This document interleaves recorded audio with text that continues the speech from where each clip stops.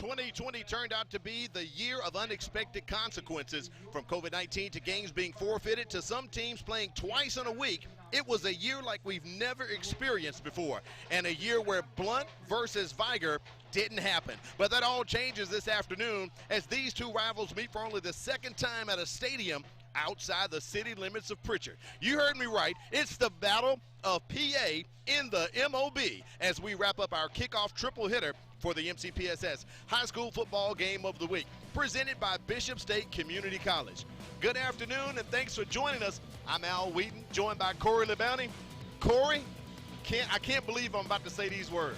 It's Blount versus Vigor at Ladd-Peebles Stadium. We had to wait 2 years to even get the matchup, but now with it being here at Ladd-Peebles Stadium, it can hold the capacity. It's a 5 o'clock kickoff, which gives you a little bit different feel for high school football. The sun will be setting upon us tonight. We don't have to worry about what we did 24 hours ago, which was a deluge of rain. But again, it's a great afternoon/evening for high school football for the granddaddy of them all, Blount versus Vigor. We appreciate you joining us. Our third telecast in a row. Thursday night we had Williamson versus LaFleur. Last night James Clemens versus Murphy. And Corey, we're back once again. I feel as if I've slept at Ladd-Peebles Stadium 3 nights in a row, Corey. I'll tell you what, Al, to kick off the high school football season, what MCPSS Television Network has been able to do with these 3 broadcasts, like you said, has never been done before. We're bringing high school football to you on Thursday, Friday, and Saturday. Does not get any better than that for all the fans who don't want to come out, trying to stay away due to the COVID-19 pandemic or whatever the situation is. We just appreciate you guys watching at home or streaming on social media. And before we get too far into the program, Corey, right now I want to thank the entire crew for the MCPSS TV network, cameramen, graphics people, director, producer.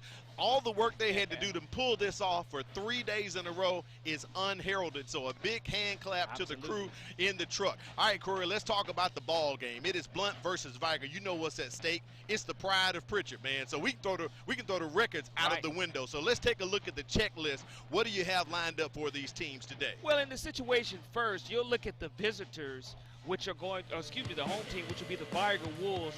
Depth will definitely be a factor in this afternoon's contest. Vigor dresses out probably 38 guys, and that's tough when you're talking about the heat index being 120. They have to control the line of scrimmage. That's going to be very important, not only early in the game, but late in the game as well, because, again, with all this heat and humidity, you need to find a way to dominate the line of scrimmage. They also have to create turnovers. They need to force Blount into some positive situations. At the end of the night, I think whoever wins the turnover battle will put themselves in a situation to win this game. On the other side, Blount, they're led by first-year head coach, Coach Sumter, who comes over from Williamson. They have to keep the old dirty rags off of the field. They have not been able to do that within the last 2 games here at Ladd-Peebles Stadium on Thursday night and Friday night. A lot of flags for first game jitters. But as Coach Santee Gamble used to say, you don't want to see those dirty rags. You have to limit the explosive plays of this Wolfpack offense. We know that Anthony Mix has a dynamic aspect to him from a quarterback standpoint. He's been around since he's been playing as a freshman, and they have to wear down the Wolfpack. I mentioned about numbers. If you look on Blount's sideline, there's close to 90 who are dressed out today, whereas on Vigor's sideline, they only have 38. So let's see if they can wear down the Wolfpack. All right, Corey, there's the checklist. We're going to check back in with that later on during the broadcast. Right now, let's take a look at the weather because, Corey, a little more than 24 hours ago, we were in an absolute monsoon. Our game was delayed about an hour and a half last night. But right now, kickoff temperature looking about 88 degrees. Yes, the humidity is high by 64%. Chance of rain is 20%, and it will drop down as we continue to play today. Winds coming out of the southwest, bringing a slight breeze, but typically, you know, when winds do come out of the south, they're going to bring some heat and humidity with them. So thanks to BSN for that weather forecast. All right, Corey, let's keep it moving. You talked about a couple guys, but let's talk about the true impact players for this ball game this afternoon. Well, if you're the Vigor Wolves, your impact players are going to be quarterback Anthony Mix Jr. He makes a difference. He's listed at number 9 originally, but changed his number tonight to number 8. Okay. But look for him to be the decision maker for the Wolfpack. Also, senior linebacker Abraham Daniels, an all-state player 1 year ago for Vigor, so he's definitely going to be a disruptor and a difference maker for the Wolfpack tonight. When you flip that over and you start talking about the Blount Leopards are led by sophomore running back Deshaun Williams.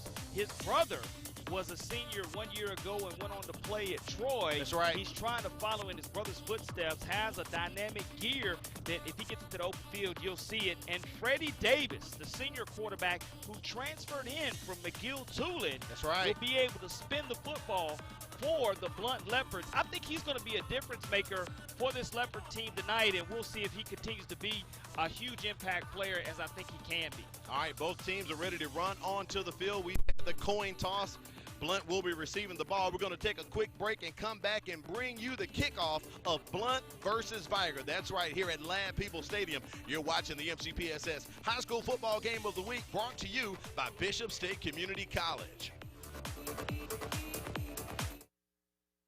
This is a program for any middle school student who's actually behind. This opportunity offers kids a chance to do 2 grades in 1 year.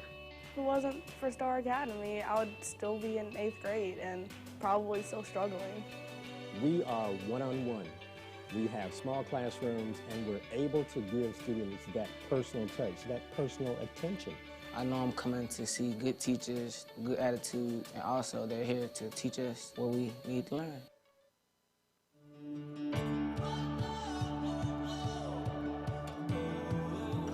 It was just like an extension of home. Bishop give you that outlet to give you a career, a successful career.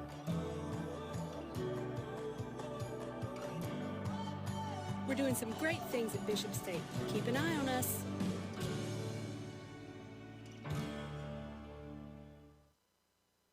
Hello, I'm Renee Phillips, your host of Homeroom.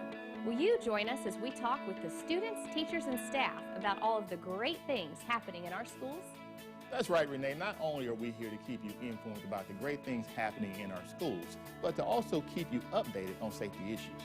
Our show, Safe Schools, looks at ways to keep your child and our students safe. Not only are we looking at ways to keep your child and our students safe, but to keep you informed on how to connect with us. Manténgase informado aquí en Conexión a Padres. And we also score big from pre-K to high school with MCPSS Athletics. And then Inside Education puts it all together for you, showing you the ins and outs about news and events taking place across the Mobile County Public School District. We do this to keep you informed.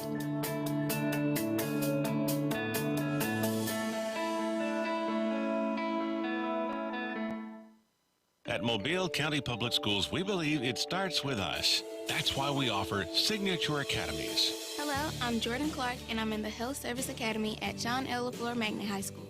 My future career is to be an obstetrician-gynecologist. With this academy, I'm learning firsthand from people already working in the industry. Shadowing them on the job really makes me want to study hard and work harder towards my career goal. Signature Academies are open to all students in Mobile County Public High Schools. Visit mcpss.com.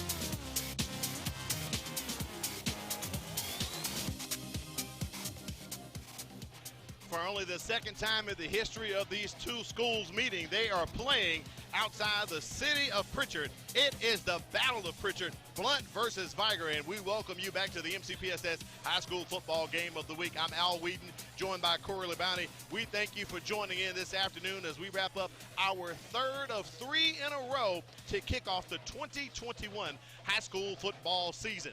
Getting ready to tee this ball up for the Wolfpack and kick it off, Corey, Benjamin Bennett looking to put that deep back there for the Leopards, waiting for them. Ty Beverly, Kel Smith, and a few other guys as well.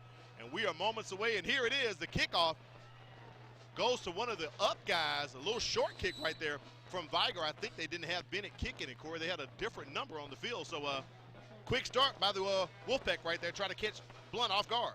Recovered by Roderick Towton, the backup quarterback for the Blount Leopards. And you're looking at great field position to start for Blount at their own 39-yard line, 1st and 10, and we'll see what happens with this 3-4 defense that Vigor likes to run. Defensive coordinator Renardo Jackson calling the signals for the Wolfpack. Senior quarterback Freddie Davis transferred over from McGill late in the summer. Look like they're trying to catch the Wolfpack off guard. Little delayed snap, 10 seconds on the play clock. Blount looks a little disorganized there, Corey. They do get the snap off, but they fake it with a little quick out, incomplete. That was not a lateral. That was an attempted pass to Ty Beverly. You know, one of those situations to where if you're able to connect on that, he has a lot of green grass in front of him, but incomplete pass nonetheless brings up 2nd down and 10 from the 39-yard line of the Leopards.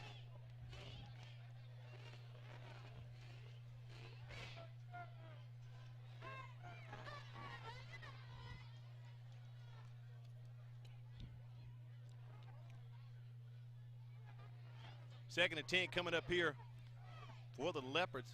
Davis with an empty set. He's going to roll out and gets a quick toss to the back coming out of the backfield. That's Deshaun Williams. Let's take a look at this starting lineup for the Blount Leopards. Leopards are led on the field. Late transfer quarterback senior Freddie Davis. He's a talented kid who may also get kicking duties tonight as well. He will try and connect with wideout speedsters A.J. Robinson and Jerry Brand, 2 returning starters from last year's team.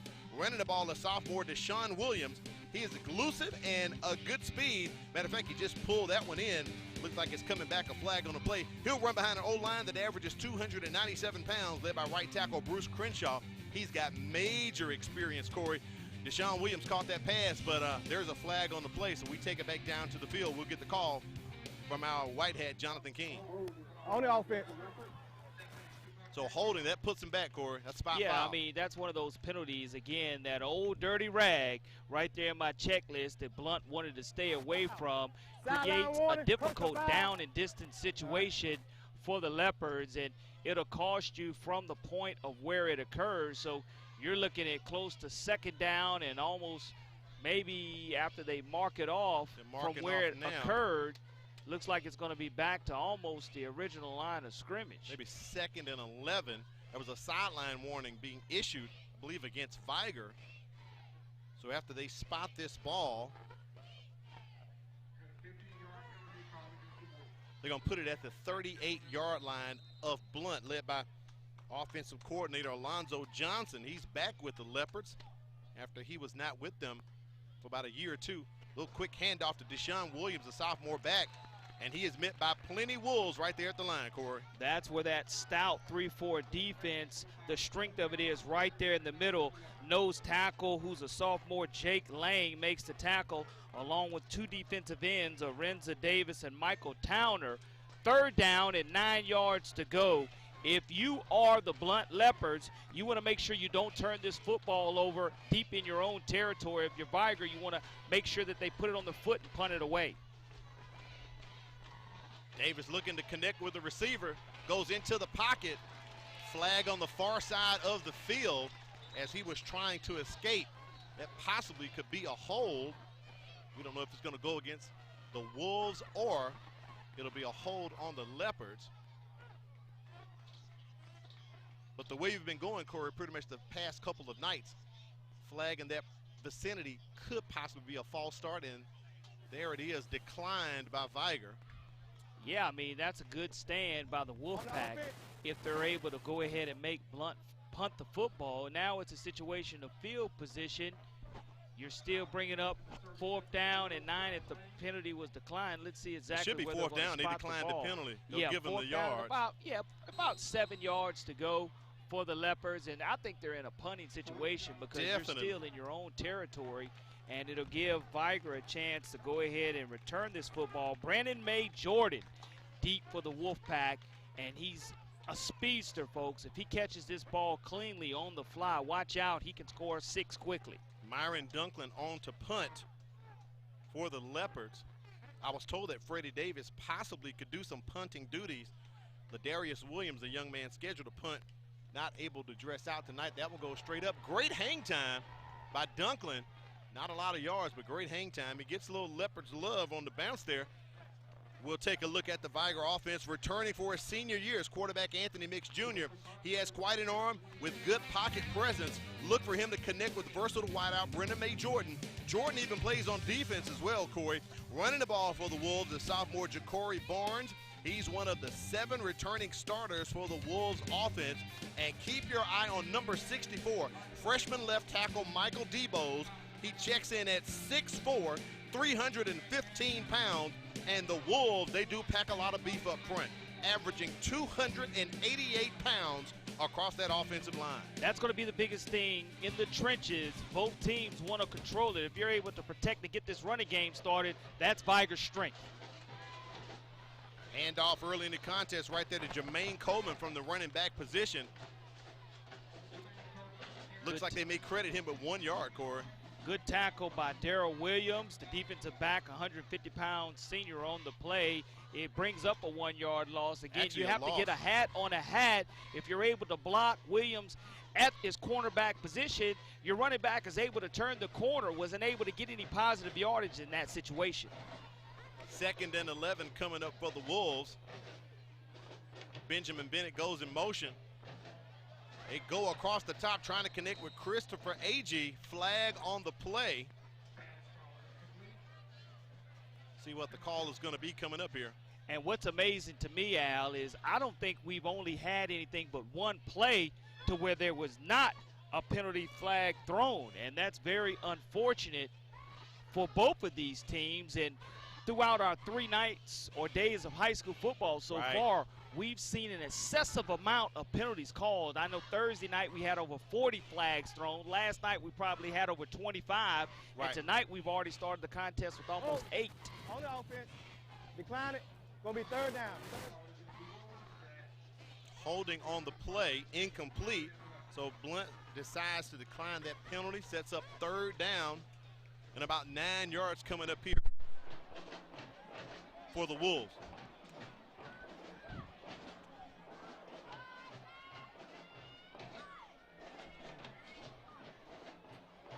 Coleman with the run again up the middle. Boy, he busts through there, Corey, and he picks up a significant gain. That's 1st down, ball at the 36-yard line. That big offensive line, Micah DeBose, Timothy Bowler, Kadeem McCray, Marcus Hunt, Jordan Bush. Man. With their momentum moving forward, were able to move the sticks. Have to give credit to that offensive line. And again, a great way of hitting the hole by the Wolfpack's Jermaine Coleman. He's a senior also for the Wolfpack. 1st and 10 here for the Vigor Wolves. Ball at their own 36-yard line. Pistol formation setting up here for the Wolfpack. They go with a little quick handoff. Looks like Benjamin Bennett on the carry right there from his fullback's position. That's going to be a loss for Vigor of about 1 or 2 yards, Corey, so it'll be 2nd and long coming up. Looked like Quintarius Hannon on the stop, the middle linebacker, 5'11", 190-pound senior with the stop for the Leopards. But again, a lot of long down and distance for both of these teams, whether it's due to penalties or whether it's just great tackling behind the line of scrimmage. 2nd and 12, as you mentioned, Al. Double receivers at the top, one in motion. Looks like some possible trickeration, but no, Corey. It is a false start on the Wolves. An offensive coordinator, Tabaris Gill, he kind of helps with the plays. Marcus Cook does all line. They were setting up a big shot right there. And I think it might have been a double pass. Yeah. Because, again, that pass was behind the line of scrimmage. Looked like Jerry and Graham was going deep. And this is a big wide receiver for the Wolfpack, but you'll have to go back to that again. And once again, the penalty situation, folks, are really hurting both of these teams. Sure is. You're playing behind the sticks, down and distance-wise here. 2nd down and 17 yards to go for Vigor. Anthony Mix Jr. takes a snap. Little quick handoff to Coleman. They've been running Coleman a lot today. He's been the positive part of the offense for the Vigor Wolves. Gets it just past the original line of scrimmage. It'll be 3rd and 9 coming up. Here's the replay. Little delayed draw. You look at the huge hole that was there. The secondary does a good job of coming up and making the stop as Coleman's able to pick and weave around the big offensive lineman. But just imagine if that is on 2nd down and short, right, or 1st and 10, he automatically gets a 1st down. You pick up 9 yards, and you're still looking at 3rd down and close to 8 yards to go. That's what Ladd is calling it. Quadruple stack receivers here on the near side of the field. This is the west side of the stadium we're at, and it's just a direct snap to Anthony Mix Jr., and the Leopards implode upon him. And Corey, just as if it's part of the game plan, another flag comes out. Santee Gamble, I know you're out there somewhere listening to this game, and in my checklist I mentioned about that old dirty rag, but goodness grief, I mean, it's hard to get a flow for the game for either one of these offenses or defenses if every other play you're having some type of flag. It's hard to call a game like that when you're an offensive or defensive coordinator. Correct. Because you just can't really get into any type of comfortable down and distance situation. 4th and long coming up here for the Vigor Wolves. We have our first heat timeout just around the corner. Be talking with Principal Jerome Woods from Blount, and I believe Vigor has called a timeout, Corey. Coach John McKenzie has called for timeout at the 6:47 mark here in the 1st quarter.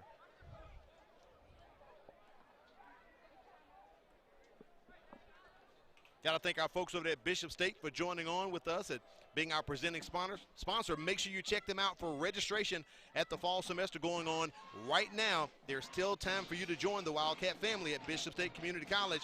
The fall semester is underway, and you can still register for the late start term or mini term too. Either way, the time to register is right now. They're open every day with extended hours to better serve you. Be sure to ask about available scholarship and grant opportunities.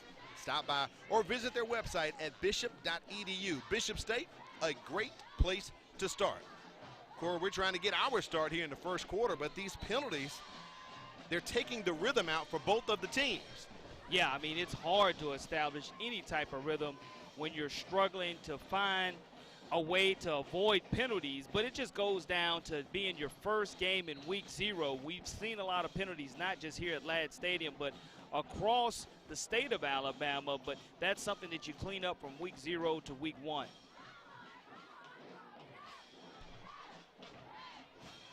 Punt goes off, but flags on the play as Ty Beverly picks it up. Flags immediately came out. Benjamin Bennett, I have him on my depth chart to punt, but it was Jerry and Graham handling the punting duties, and we have another flag to sort out, Corey. Yeah, I mean, again, it's every other play here to start this 1st quarter of action here in this great rivalry. I think it's one of the best rivalries in the entire state of Alabama. If you had to pick one, I mean, as we continue to get to halftime, just continue to look at the crowd of the fans who come out and support both of these teams. I had an opportunity to talk to Ben Harris earlier today, as well as Willie Anderson, and both of them talked about what this game meant to them, the communities and the friendships that both of these teams have toward one another, except when they're between the lines, because I remember when Vigor goes to a state championship, you had Blount fans rooting for them, and vice versa. You see a lot of that happening. So we're getting this flag sorted out here. Here's the call from Jonathan King.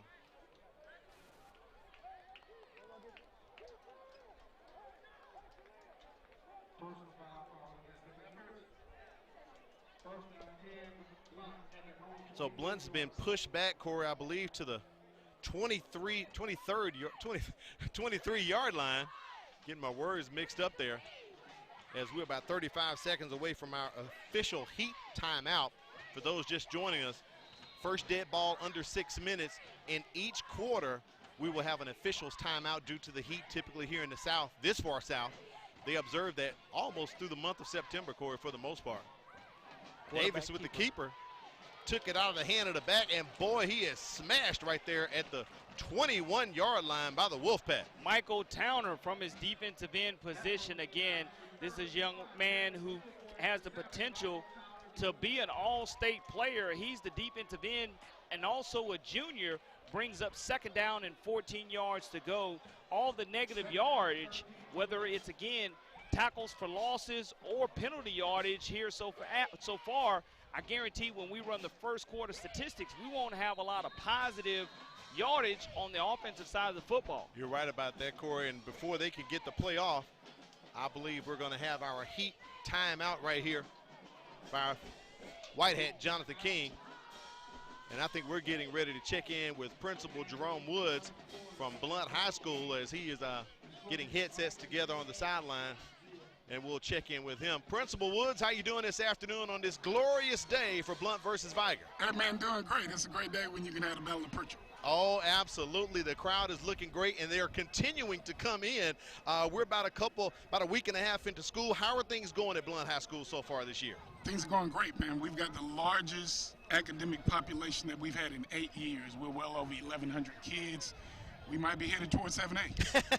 That's what I heard. I wasn't going to bring it up, but you're a guy who does officiating and other things. That's what I heard on some talk going on, Coach. So you guys, Principal Woods, you guys are continuing to grow. Talk about your academies. What do you offer at Blount so parents can know if they want to get in of the great things that you're doing up there at Blount High School? Well, first of all, let me say this. It's a great time to be a leopard. Our signature academy is healthcare access. And in that program, obviously, we're looking at kids being career ready. They can come in and become CNAs, phlebotomists, EKG techs. Okay. But we also look at kids on the strong academic side, kids who want to be doctors, nurses, and in the medical field. So helping them get ready to go to college in health sciences. That is very huge. That is very huge. We're talking with Principal Jerome Woods from Blount High School. Principal Woods, we know last year this game wasn't able to occur due to the COVID outbreak that happened, and now it's rescheduled. Talk about how this game looks to you from an administrative standpoint, the fans, the support, and it's on a beautiful Saturday afternoon. How does that make you feel today? Hey, listen, it's always great when you can get a good football game going between two good rivals. The city of Pritchard only has 2 high schools. Vigor is well represented. Blount is well represented. We want to make sure we have a good, wholesome atmosphere out here. And listen, when we do that, it makes the principal feel good. We want everybody to be safe, mask up, do what they're supposed to do. And obviously we want our athletes, our band, everyone else to be safe as well. All right, Principal Woods, we appreciate you stopping by to talk with us. Good luck for the rest of the afternoon. And as you said, go Leopards. How about that? Always go Leopards. All right. Principal Jerome Woods, Corey, great, outstanding young man. We talked about he does some officiating as well. So he's quite familiar with all the dynamics taking place today. I tell you what, Al, when I'm not doing work with you here on the MCPSS network, Mr. Woods is normally in the press box with me keeping the clock. That's right. As an official, so he's very, very well versed in the game of football as his son played for Blount High School. Sure so did. it definitely runs deep for him and his family, and the passion that he has for his school is unmatched here in the Mobile County Public School System. Quite ironic he dropped that nugget about his school's population, because we had been hearing some things over the summer about the amount of students that were increasing, and possibly this is the year, at the end of the year, they were reclassified. Blount possibly could be bumped up to 7A. Bumping right now for the Leopards. They're trying to get their offense going with the run right there, picking up 2 or 3 yards. Still going to be short of the line to gain of 45. It's going to be 3rd and about 6 coming up, Corey. 3rd down and 6 yards to go. And if you're the offensive coordinator for Blount, you're saying, all right, how do I want to handle this? Alonzo Johnson says, all right, it's a 2nd down and very manageable 4 yards to go. I think that I can open up the playbook and go vertical if I would like, because there's one-on-one coverage here at the bottom of your screen. Davis takes a snap. He's looking to connect. He wants to go deep. trying to get with his receiver, A.J. Robinson, incomplete. I don't see any flag score. That was a good prediction on your part. Go for the kill shot right there. Absolutely. When you have no help over the top and you have a big 6'4" wide receiver, you just want to put it up there. So give him an opportunity to catch it. You don't want him to have to do anything but leap, high point the football, and at 6'4", 6'5", it's not hard for that young man to do. He's 6'5", 180-pound junior. Right. Now you're right back at 3rd down and 4 yards to go, and you do have a bruising back in the backfield. You can give it to Williams to pick up those 4 yards if you would like. Appreciate you checking me on that. It is 3rd down. Davis goes under center. They're going to do a little quick handoff to Sean Williams. He cuts over the top edge, gets the 1st down. Maybe we can get a look at the Vigor defense. We haven't had a chance to put up their starting lineup. If the guys in the truck are able to get that up, we can talk about them. If not this play, after the next play as well. They're returning 7 starters. Wolves play a 3-4. Senior inside linebacker Abraham Daniels. He leads the Wolfpack. We'll get it up after this play as Blount is ready to go. Ball on the 48-yard line, trying to get some momentum. And Corey, I don't know if it's me. We're not at the top of the press box at Lab, but I can barely see the game. I mean, the play clock. So now let's get that defense up. Wolves, they play a 3-4, as I said. Senior inside linebacker Abraham Daniels leading the Wolfpack. He'll get help in the secondary from senior cornerback Christopher Agee. Now he's coming over from offense with his 6'1" frame. We've been knowing that he's played wide receiver the past couple of years. Coach McKenzie said they want to try him out at cornerback this season. Also, we may be calling number 24, Kevin Malone's number, a few times this afternoon and tonight. He's a freshman cornerback who came in and won the job. Coach McKenzie told me he's very impressed with the young fella, Corey. Up front, junior defensive end Michael Towner is going to anchor a line. It is built to maximize speed. Only 215 pounds, Corey, across that front defensive line for the Vigor Wolves. Yeah, I mean, when you start looking at Vigor's defensive line, defensive coordinator, Renardo Jackson, he's a great guy in regards to helping the students learn a little bit more about broadcasting. Correct. He was thrust into this defensive coordinator position 1 year ago because we were used to seeing him on the sideline. That's right. But he's very passionate, very knowledgeable about the game of football. And, you know, there's a few people that you know bleed their school colors, and that green and white is something that I know Renardo Jackson takes great pride in. But his defense is very stout, and again, it's led by a lot of defensive players who are returning for him, as you mentioned at the top of the show.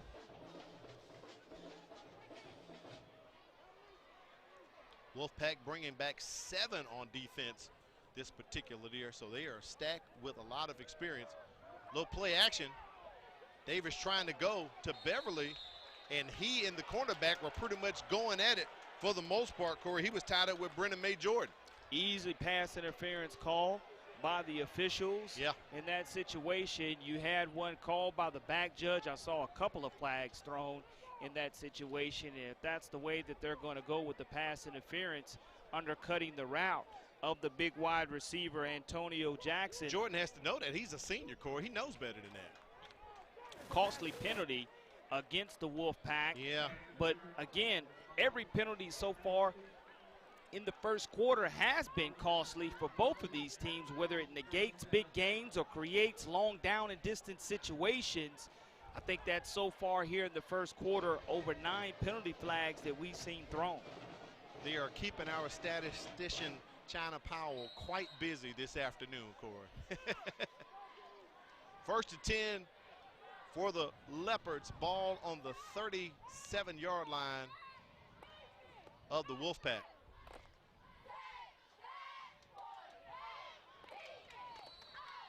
Deshaun Williams with the carry after that play called up by Alonzo Johnson, offensive coordinator, picks up maybe 2 or 3. Williams on the carry and Purifoy on the stop for the Wolfpack. But if he gets past Purifoy, you get a chance to see Williams' speed. That's something, if he does get in front of green grass, you can go ahead and put 6 on the board for the Leopards. Williams once again up the middle. Somewhat of a delayed draw, weaves his way. That's going to be a 37-yard touchdown for Deshaun Williams, and the Leopards on the board. Just like I just said, you get green grass in front of this young man, the speed kills, and that's exactly what happened. He did not see any linebackers. A nice draw play. The hole opened up, and he just outraces all the Blount defenders. You give him 6 on that play. Blount strikes first here in the Battle of Pritchard. And that play was the exact play before, Corey, somewhat of a counter-type delayed draw, little misdirection. Alonzo Johnson went right back to it, and the Leopards on the board. Freddie Davis on to kick the extra point for Blount. Timeout. Looks like a timeout call by Coach Detrick Sumter of the Leopards. He wants to discuss some things, Corey. Told me about Freddie Davis. He said the young man reminds him a lot. If you remember this name, Corey, plays at Auburn right now. Roger McCreary said the kid is very coachable and is like a Swiss Army knife. He can do so many different things to help the team. And as we talked about, he's going to actually come out and kick tonight and possibly could punt for the Leopards as well, Corey. Well, one of the things that you want to see be done effectively is when someone does score, give your team an opportunity to kick the extra point. I know all 3 phases of the game, offense, defense, special teams, are very critical, not only in week 0, but throughout the season. And coaches spend a lot of time on special teams, and especially Coach Sumter, knowing that he was a special teams guru when he was at Williamson. We saw a lot of onside kicks. We saw a lot of double reverses on the kickoffs. Right. But again, just being able to put that pigskin through the uprights is critical as we continue to go on throughout tonight's contest. So maybe they saw something in the setup they didn't like. So special team coach Donald Wallace, maybe they talked about it, and he and Coach Sumter say, hey, let's take time out, take a look at this thing here. So here's the kick coming up from Davis. High snap, straight on kicker, and it is good. I want to say it hit the crossbar. I thought it hit the crossbar and fell, but they said it's good. So it's 7-0 Blount. We'll take a look at the replay on the other side of this break. You're watching the MCPSS High School Football Game of the Week, brought to you by Bishop State Community College.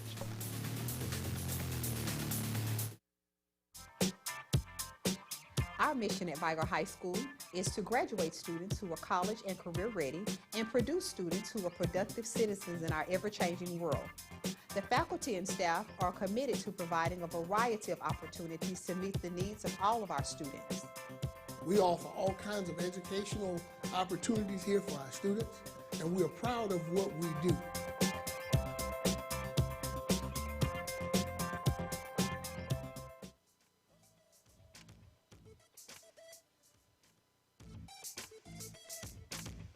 There's the replay right there, Corey. 34-yard run from Deshaun Williams as he weaves his way through to put the Leopards on the board.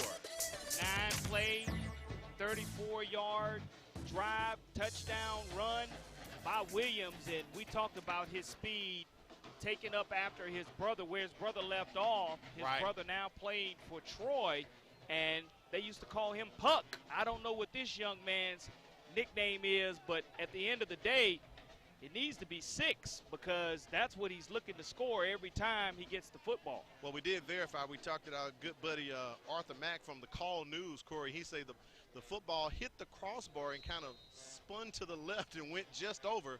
But apparently that was a flag or something because Blount is kicking off from Vigor's 45-yard line. I don't recall a flag coming in on the carry. Brennan May Jordan with the return up to about the 15-yard line. Maybe we missed a flag or something. It had to be. Here's the one thing I can think of. There was a sideline warning issued to Vigor early in the first quarter. So maybe if they had a sideline infraction. It had to be post-possession in that situation to where when we went to commercial break and we're checking our statistics, we didn't pick up that flag. But it's another dirty laundry on the field, more dirty laundry, and it puts Blount in a situation to where they are pushing Vigor back deep into their own territory. The ball's at the 16-yard line of the Wolfpack.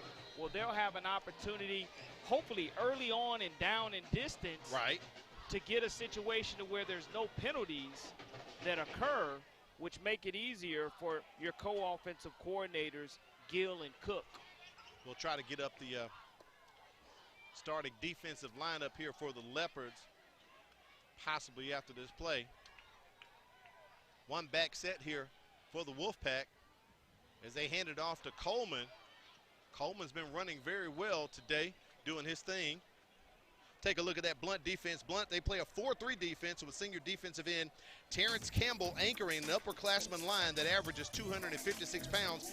Bandit linebacker Maliko Bell holds down the middle for the Leopards defense that features 7 returning starters, including 3 in the secondary who will be on pick patrol today. Strong safety Chris Casher, free safety Kel Smith, and cornerback Ty Beverly. Beverly also plays offense as well, Corey. Quick pass out to Brendan May Jordan. And as we talk about that defense of Blount, they hold up Brendan May Jordan for no gain. Maliko Bell, the linebacker, 213-pound senior on the stop. And, just mentioned his name, man. You know, you're down at 3rd down and 8 yards to go, which really is not a great and manageable down and distance situation because, again, if you throw the football, not only does it stop the clock, it also puts you in a definite punting situation deep in your own territory. But all I need to see is Vigor bounce the football to the outside. Right. If Coleman's able to bounce the football to the outside, or Mix Jr. is able to roll that pocket, I think that's where the Wolfpack will find effectiveness in today's contest. Let's see what the call is coming up from Tabaris Gill, offensive coordinator for the Vigor Wolves. Empty set for Anthony Mix Jr. looking to haul this one off. Goes into the pocket, throws it behind his receiver, Brendan May Jordan. Great job of disruption by Sidney Goodson. 4th down coming up for the Wolfpack here, Corey. You're right. And anytime you can collapse that pocket, it doesn't look like Mix feels comfortable getting his feet set. I haven't seen him have an opportunity to try to go long or to really plant his feet and let it go to any of his big-time wide receivers yet. And credit that to the disruption of this defense of Blount so far.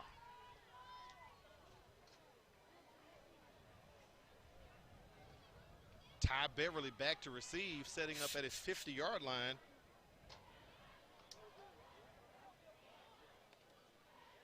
Jerry and Graham ready to receive the punt here. I'm sorry, ready to punt.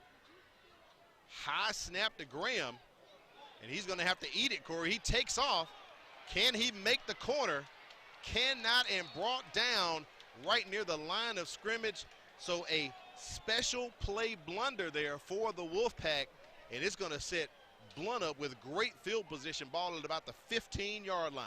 That high snap always is effective. Last night we saw James Clemens take the football off the punter's foot and take it into the end zone for a touchdown. That time a high snap almost led to a scoop and score, but Blount's going to get the football in outstanding field position right close to the 16-yard line. I believe it of is. the Wolfpack.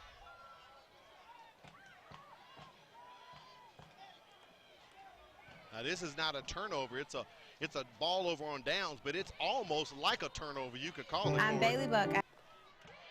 Williams goes up the middle. I believe he may have lost his helmet, Corey. No, one of the linemen lost their helmet, so he'll have to come out for one play. Yeah, that's going to be the big fella, Bruce Crenshaw, the 6'3", 295-pound offensive lineman who lost his lid and just have to buckle that chin strap just a little bit tighter. But coming up, that looks like that's going to be the final play of the first quarter here at Ladd Peoples Stadium. And the clock has hit 0, so we have wrapped up one quarter of play with the Leopards on top, 7-0. It is Blount versus Vigor, the Battle of Pritchard. You're watching it on the MCPSS High School Football Game of the Week.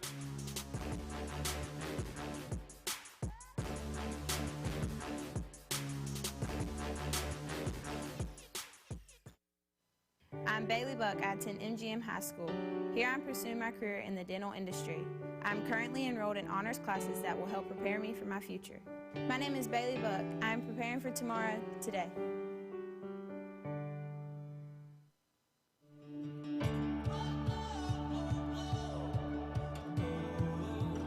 It was just like an extension of home. Bishop give you that outlet to give you a career, a successful career.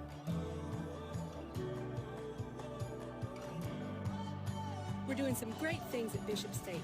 Keep an eye on us.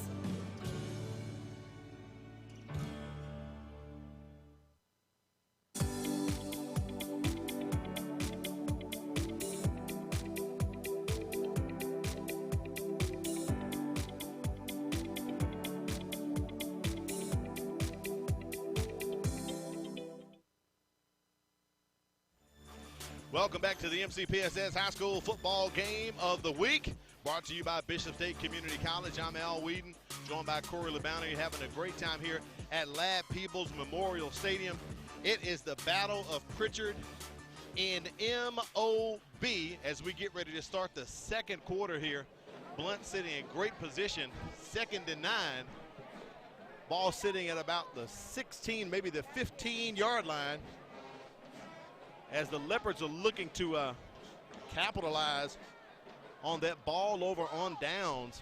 Unfortunate for Vigor, Corey. That high snap put them in an awkward position, and Jerry and Graham could not pick up the first down or any meaningful yards. Yeah, I mean, anytime that you are not able to toe the leather, you're going to create horrible field position, and that's something Vigor really didn't want to do here to start the second quarter, is be and give up yardage deep in their own territory. 2nd down and 9 yards to go. I would give the football right back to Williams. He's your hot hand right now.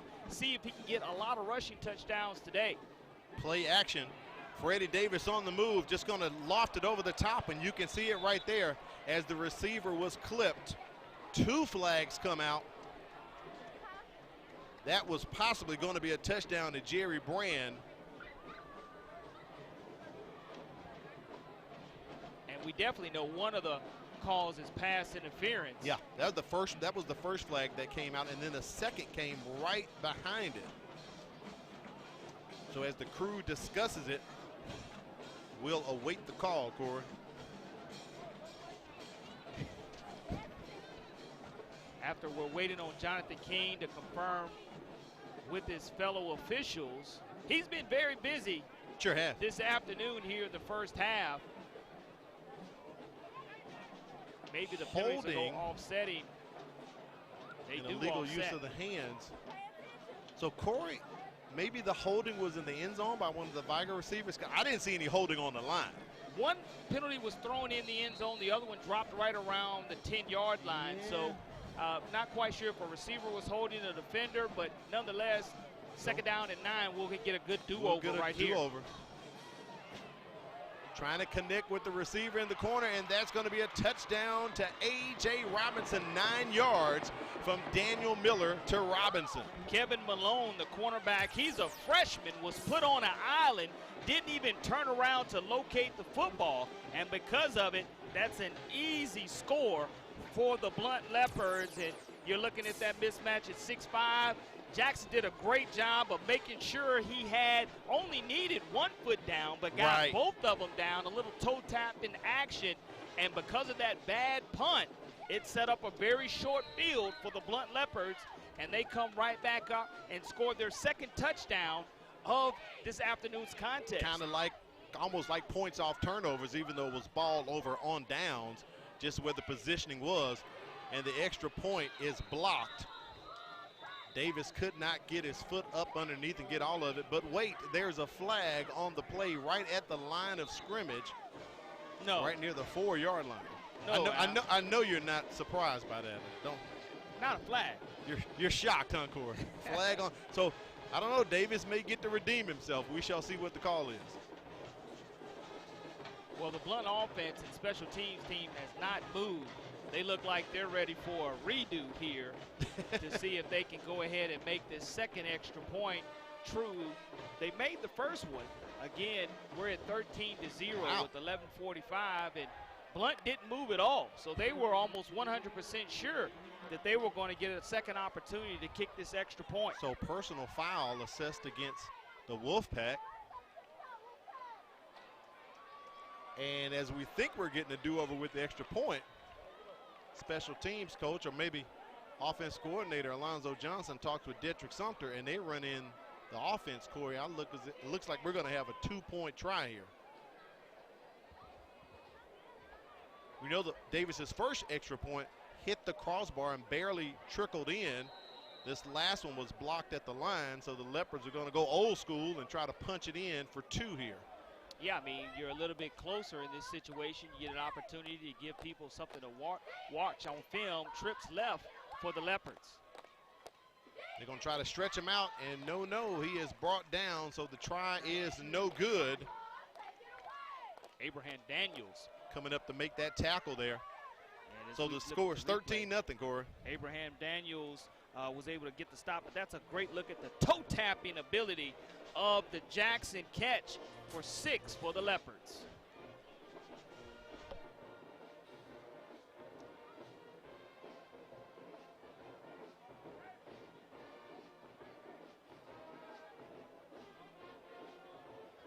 Mobile County Public Schools would like to thank our Learning Leading community partners. Thank you, Mobile County Health Department, Mobile Infirmary, and USA Health for partnering with MCPSS to vaccinate our employees and the community against COVID-19.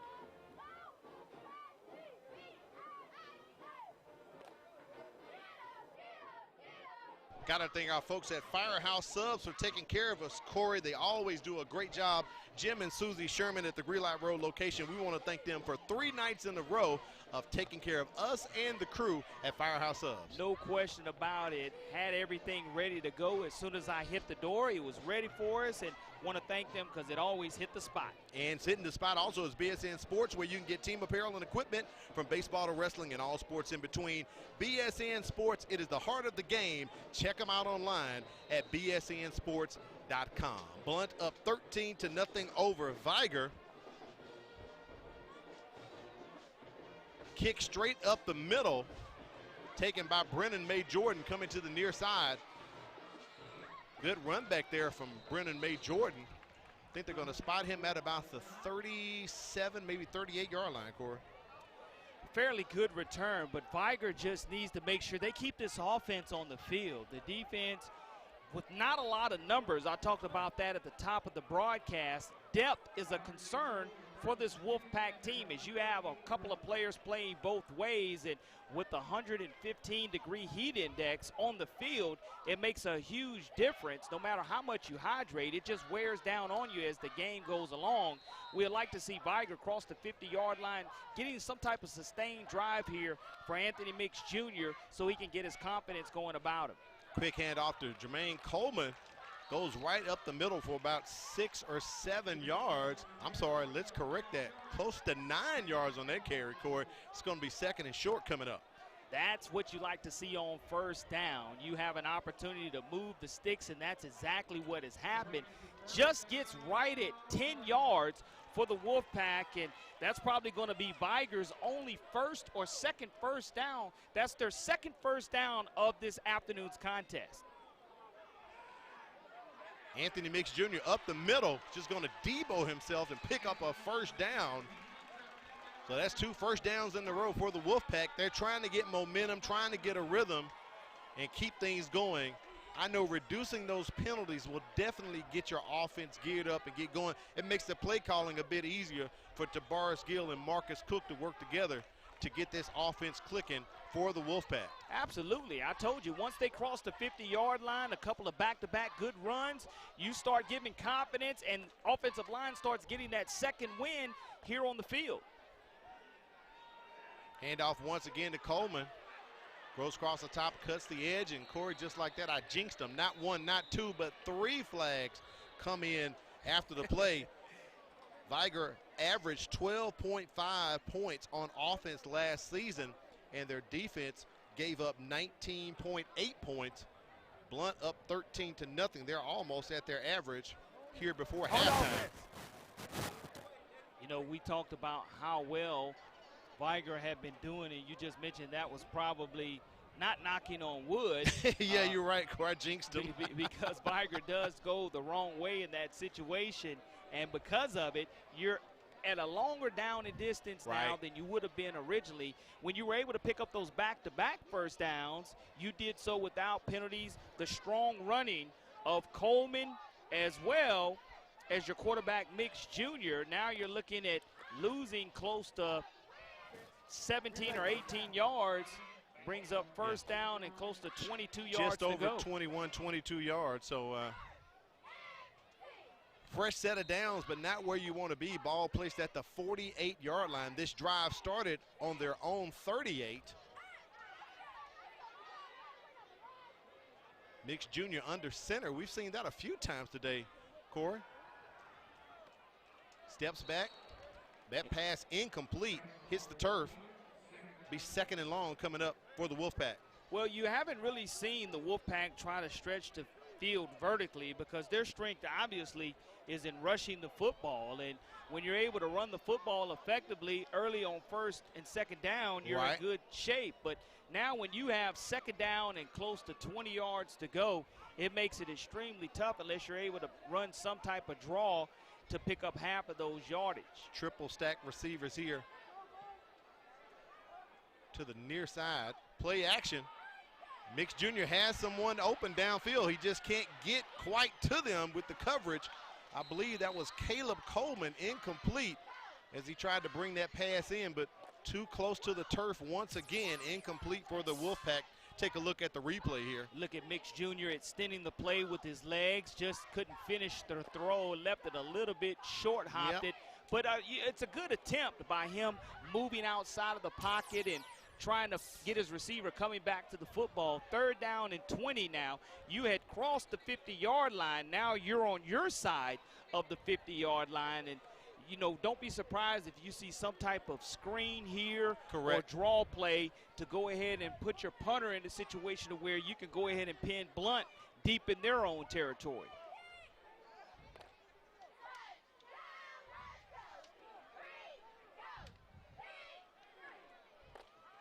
Mix Jr. has time, steps into the pocket and steps into that throw and delivers a bullet.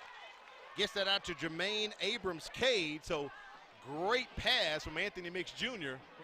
But Corey, I said all that possibly for naught because there's a flag on the play once again. Yeah, that's critical. And you look at Mix, that's the most comfortable he's been all afternoon and hit his receiver in stride. But why was he able to?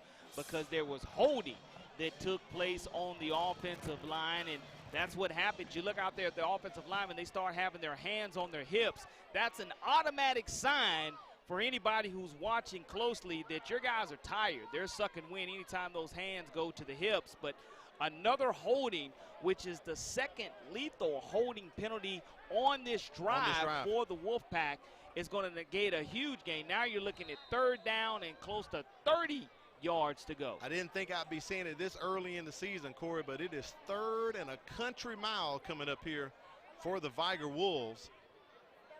I think that screen or some type of tunnel screen may come up, but they're just going to go right out, release everyone. Mix Jr. trying to escape. He does. And he unloads it deep. Has a man deep, wide open. Bobbles it. Oh, my goodness. Jerry and Graham could not put the biscuit in the basket, Corey, and all the Vigor fans are just without words. Oh, my gracious. Just look at Mix. He drops back. He spins the football. He eludes the Blount defender, spins around, hits the circle button. His defender goes ahead. The Blount defenders come up thinking he's going to run the football, puts the ball on the money, and guess what? You start trying to run before you look the football all the way in. The sophomore drops a sure touchdown. 4th down and 30 yards to go now. The Vigor faithful besides themselves, Corey. They cannot believe it. I'm sitting here talking to my buddy Darren Patterson. He's just as shocked as we are. That was for sure 6 on the board. It was. It's one of those that will probably haunt him for a very long time, and he'll definitely get ribbed on that drop. But it's all the more reason for him to be motivated not to have any more drops throughout the rest of the season. All you have to do is put that one in, and you have 6.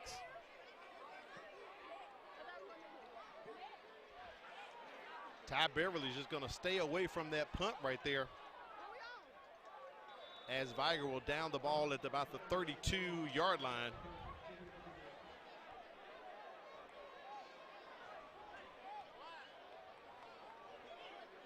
.907 remaining here in the half. Al Weed and Corley Bounty.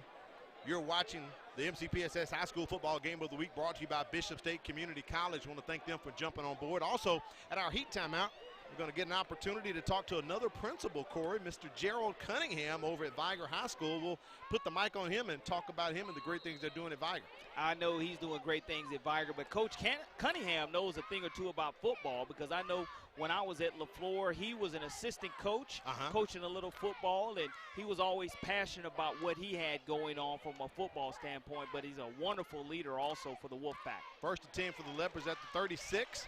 And the Vigor defense trying to keep the kids going, keep the crowd into it as they stop Deshaun Williams. He's going to take about a 3-yard loss on that play. It'll be 2nd and 12 or maybe 13 coming up. Well, that's what you have to do because the air went out of the balloon off of that drop possible touchdown. Yeah. And Vigor gets deep into the backfield early, and that's a great job of the truck bringing up that replay instantaneously for us. Now brings up 2nd down and 13 yards to go for the Blount Leopards.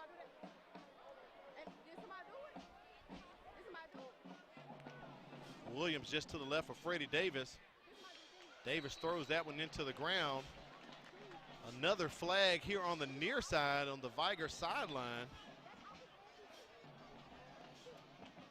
Can't seem to get our rhythm, Corey. Last year, Blount averaged 20 points on offense, and they also gave up 14.6 on defense, almost near their average here, up 13-0 in the second quarter.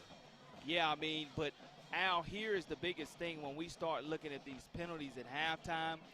There's been over at least 12 or 13 penalties, and that's an average probably of 7 to 6 or something close to that matter, and we still have 8:20 remaining here in the second quarter as the officials are trying to figure out what the correct down and distance is for both of these teams, and that's something that we always have to take a look at, that just like this is their first game also. Correct. Sideline warning. So that was the penalty because Vigor had already received a warning early in the first quarter. Free yardage. So we're looking at 2nd and about 8, and now the officials are going to discuss it again to make sure they have things lined up correctly. Yeah, that's the biggest thing, that even if the officials have to huddle, as long as you're huddling to make sure you get it correctly, that's what I love. And we do that as basketball officials too. You don't like that, the fans don't like to see it because it slows down the game sometimes, but at the end of the day, as long as you conferring and you get it correct, that's the biggest thing. And I love to see officials working together because you're only going to be as good as your crew. Now, we did see a few sideline warnings the past 2 nights, but the penalty was not issued in either situation in either of those ball games, but the first time we've had it issued so far. Williams steps up. Deshaun Williams just to the left of Freddie Davis, trying to go deep, trying to connect with Jerry Brand. Brand gets his fingertips on it, just can't bring it down, Corey. What has to happen, though, Jermaine Holcomb, the Rover junior cornerback, or excuse me, Rover player for Vigor, has to turn around and locate the football. You just can't keep running behind the streaking wide receivers. You'll take a look at this. Holcomb never turns his head around to see where the football was. He's just trying to stop the wide receiver from catching the football. But you have to locate the football. If you're able to do that, the help over the top is a great job. But again, you have an interception if you're able to locate it. 4th down coming up for Blount. Brennan May Jordan back to receive another punt as he sets up at his own 22-yard line.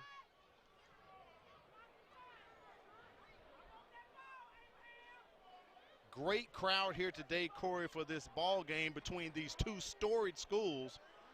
We know this game means everything to the city of Pritchard. Principal Woods talked about the only 2 high schools in the city. Myron Dunklin kind of puts a little draw on it. And Blount's going to down it at the 40-yard line with 8:02 remaining in the half. We'll see this Vigor Wolves offense once again. See if they can kind of redeem themselves on that last drive. A surefire touchdown dropped by Graham. The great thing is you get an opportunity to redeem yourself, and I'm the offensive coordinator. I don't want to lose confidence in this young man. I want him to gain his confidence back. So let's see if here on this possession they have something dialed up to get his confidence going back. Whether it's him making a block down the field or not, I would love to see what the 2 co-offensive coordinators for the Wolfpack are going to come up with. See what they'll dial up here. Vigor dressing out about 45 to 50 kids today. They have 14 seniors on their squad, returning 7 on offense and 7 on defense. So a very well experienced team, but right now being handled by Blount easily up the middle. Ja'Cory Barnes, our first time calling his name today. We had him on our starting lineup, but this is his first time seeing action here at the 7:45 mark. fresh body, run the football, and there's a leopard down. Anthony Jones, the 5'11", 210-pound junior, is going to cause a stoppage in play. They're going to tend to him as the training staff comes over to see what his ailment may be after this last play. When it comes to high school sports, scores, players, and the latest on all sports within Mobile County Public Schools, you can get informed on MCPSS Athletics with Brad Lowell, only on the MCPSS TV network. Also, Bishop State, they now have volleyball, their first ever women's volleyball team. They're going to host their first game coming up Thursday, August 26th at 5:30 p.m. against the Gadsden State Cardinals. The volleyball team is led by head coach Nicole Keyshock. The game will take place on Bishop State's main campus in the Frederica G. Evans Cultural Center. Also, BSN Sports, we got to thank them for being on the team. You know what? If you need team apparel, equipment, whatever the sport, they have you covered. BSN Sports, they are the heart of the game. Visit them online at bsnsports.com. Taking a look at that young man, I believe you said Anthony Jones, Corey. Yeah. Down on the field, have the training staff out. I believe they're about to possibly help him up. So that's always a good sign right there as the crowd gives him a hand clap. And Corey, this crowd is looking outstanding today. Beautiful weather. Now, I didn't mention it to Principal Woods, Corey, but when we get Principal Cunningham on there, we may have to kind of joust and say, well, Principal, next year when this game comes around, you never know. You know, there may be a Saturday available, wink, wink. You know what I mean, Corey? Yeah, absolutely. I mean, you like to see that this type of turnout, when we had the sponsors across the screen, you can see in the background the multitude of people who have decided to come out here on this glorious and a little bit steamy Saturday afternoon for some football. But, you know, the Wolfpack have a lot of fight left in here, 7:20 remaining, trailing 13-0, but have the football and are trying to drive. All right, 2nd and 6 coming up here for the Wolves. Anthony Mix Jr., he's going to dump it out, trying to connect with this guy, Jermaine Abrams-Cade. Incomplete, overthrows him, Corey. 3rd down coming up for the Vigor Wolves. They're continuing to try to go for that big bomb. Well, it was there. I mean, the ball was just a little bit overthrown, probably by about 4 yards. But if you have that type of success, you can better believe that the coaches are going to want to come back to that, especially if they look to see if Blount sometime down the line is in the same exact coverage. Right. You can go right back to that, and Mix Jr. can quickly make those adjustments on the throw. I know that's one he would love to have back or to have taken a little bit off of, but he'll go ahead and he'll make that throw sometime tonight, and we'll see them go ahead and possibly run that into the end zone.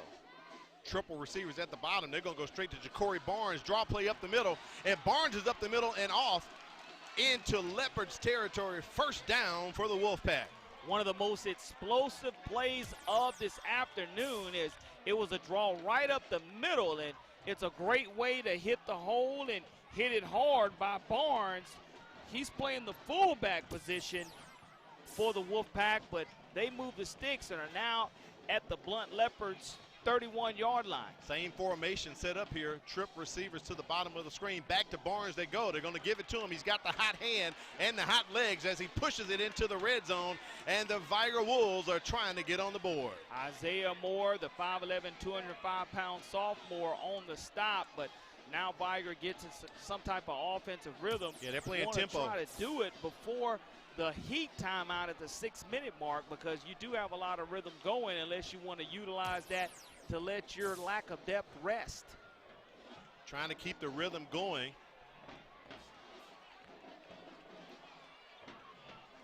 They bring in Jermaine Coleman to give Barnes a rest, and he is met behind the line of scrimmage, trying to weave his way out and cannot do that, Corey.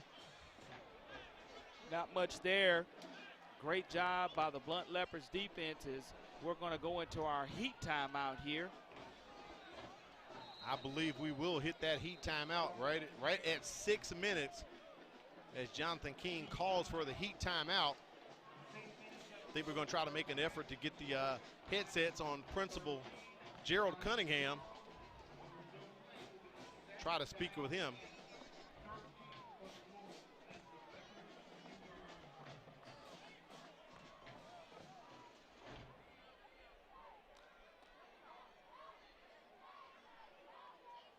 Blount on top 13-0 over Vigor in this outstanding matchup. Corey, we've talked about it. Second time in history they've only met outside of the city of Pritchard. We'll come back, meet you on the other side of this break. You're watching MCPSS High School Football Game of the Week.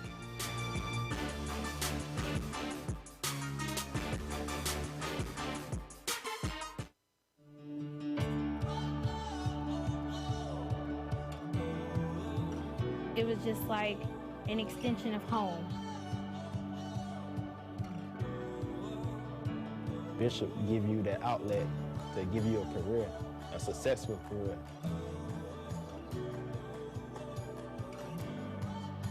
We're doing some great things at Bishop State. Keep an eye on us.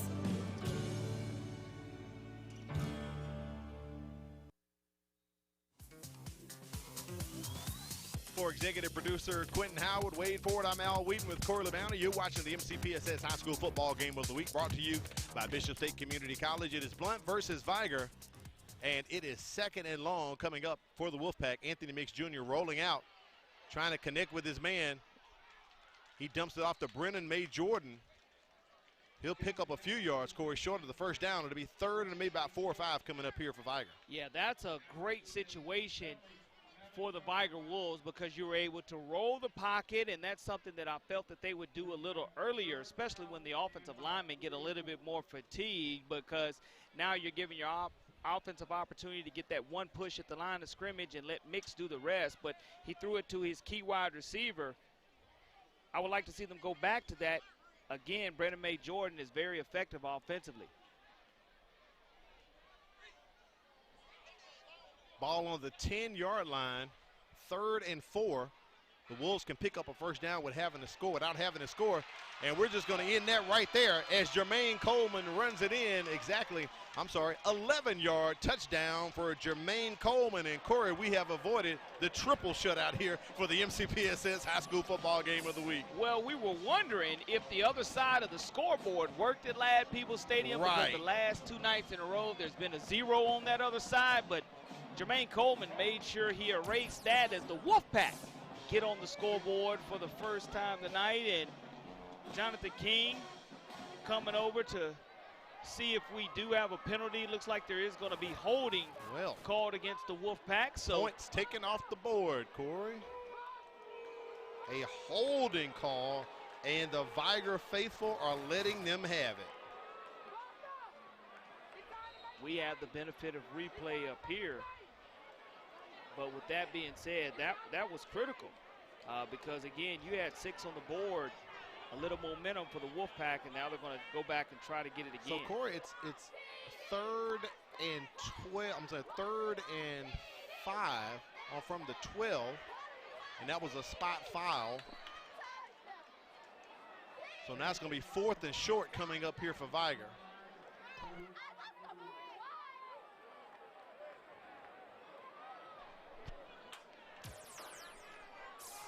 Here's the replay coming up. Possibly hold right there by number 55. Well, with that being a spot foul, that's why the Wolves weren't penalized as much as they were. And now we have a timeout being called by Vigor. So maybe Coach John McKenzie wants to talk to his kids and decide what they want to do. At 4th and short here, 4:51, they lost the points. The points come off the board, Corey, to that holding penalty. So maybe at this point they want to dial up the right play. Now, Vigor can get the first down without having to score a touchdown. So all they need is 2 yards. Well, we know the score is showing 13-1 here at Ladd Peoples Stadium. 13-1, wow. But there's no 1-point opportunity besides kicking the extra point in high school football here in the state of Alabama. So you have decision time to make, being at the 8-yard line, and you have a great drive going. I think that was a very wise timeout being called. Vigor out of timeouts right now. Blount has 2 remaining. This would be the 7th play of this Vigor Wolves drive. So let's see if this offensive line up front can try to control the trenches. To me, from my vantage point, Corey, the ball sitting on the 9-yard line. Ladd Stadium saying it's on the 8. So it looks as if the line to make is the 7-yard line. Penalty. And there is a flag on the play. Surprise. And it could be a false start. And if that is a false start, I think the Vigor Wolf fans are really going to let the officials have it now. Well, they're talking about it on the far sideline, which would be the Blount sideline, and Jonathan King is getting more airtime than you and I combined tonight, Al. And, brother, we've had some airtime the past 2 nights, believe you me. So that will push the Wolves back 5 yards. So it'll be 4th and 7. I don't see Benjamin Bennett out there lining up for a field goal, so they're going to go for it, Corey. Jermaine Coleman in the backfield with Anthony Mix Jr. just to his left in a formation we've seen a few times, double stack receivers. Anthony Mix Jr. could run it if he wanted to. He's going to toss it over the top, almost hauled in by the Wolves. That's your big Jerry and Graham, sophomore wide receiver. And could not bring it in. You had him drop one earlier, but from a confidence standpoint, you wanted to go back to him. Mix had all day long in the pocket, and a comfortable pocket, just was not able to bring it in. And that was good defense also. It wasn't a clean catch and grab like the one he had and was not able to snag early, but Keldrick Smith, the 5'10", 180-pound senior, knocked it away. Takeover and turnover on downs now by the Blount Leopards, deep in their own territory. Mix Jr. stayed in the pocket, worked through his progressions. I thought he would have taken off, Corey, and just taken it up the gut to pick it up, but he was trying to put it in the end zone. I don't think he forced it, had a guy there, so ball over on downs, 1st and 10. Deshaun Williams with the carry, and another flag comes in. Fans getting frustrated here as we hear the grumbles in the crowd, Corey. Well, it's just been a flag fest, you know, just like everyone's coming out here to enjoy themselves, and the flags are enjoying themselves on the football field more so than the rubber pellets on this artificial turf. Holding against the Leopards, so that will definitely push them back. I think the ball is going to be placed just inside the 5-yard line. You know what would be just huge outside here the 5 would be a turnover created by this Wolfpack defense. If you're able to find a way to rip or strip the ball away and take over and get a chance to redeem yourselves, now would be the time to do it with Blount being deep in their own territory. Blount on the 7-yard line. Davis by himself. He's going to haul off and throw it. He's got a guy and overthrows his receiver.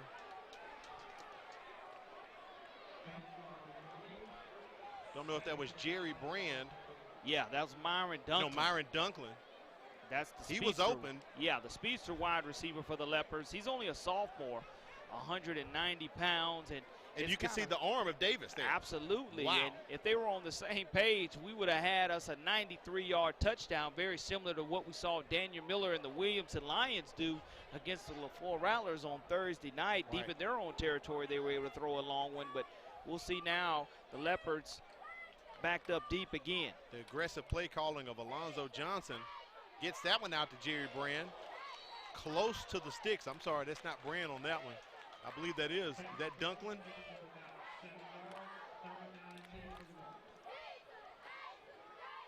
I believe Cartel Washington, number 14, hauled that one in, Corey. So that gets the Leopards out of deep, being backed up next to the end zone. Still going to be about 3rd and 10 coming up here as we approach the 3-minute mark remaining in the half. Deshaun Watson goes in motion out wide. Freddie Davis unloads, and he goes right back to Cartel Washington, almost picked off by the Wolfpack. Brennan May Jordan, Johnny on the spot. You have to be, because you don't want to give up anything big, and we're going to bring this back. The low snap is, you look at the quarterback rolling outside of the pocket, and like you said, If he would have put more air under it, you possibly give your wide receiver, Cartel Washington Jr., an opportunity to run up under it, but he didn't have enough arm strength on that particular throw. Corey, you may have to sit down when I tell you this. A flag was thrown on that play. I can find your chair if you need to, take a seat, but another flag was thrown on that play. It is unbelievable the amount of penalties by both of these teams, and we'll let you know at halftime because I know you're curious, because I know I am. We have a great statistician here next to us, China Powell, who will definitely let us know another sideline warning. I think that's close to the third or fourth one tonight that we've seen Jonathan King go ahead with his crew and call. Now, the down marker says 4th down, Corey, and I believe Freddie Davis is coming off the field because they were ready to play because the lad scoreboard says 3rd down. So now we have the correct down marker here on both the scoreboard and the field. Myron Dunklin back to punt. We just talked about Brennan May Jordan almost picked him one off, so he's going to set up at the 50-yard line to receive this punt from Dunklin. As the Blount Leopards band prepare to take the field in the north end zone. But we can't get started because, Corey, guess what? As our good buddy Santee Gamble would say, another dirty yellow rag. There's that old dirty rag. Wow. And it's been plural tonight. It hasn't been rag. It's been rags.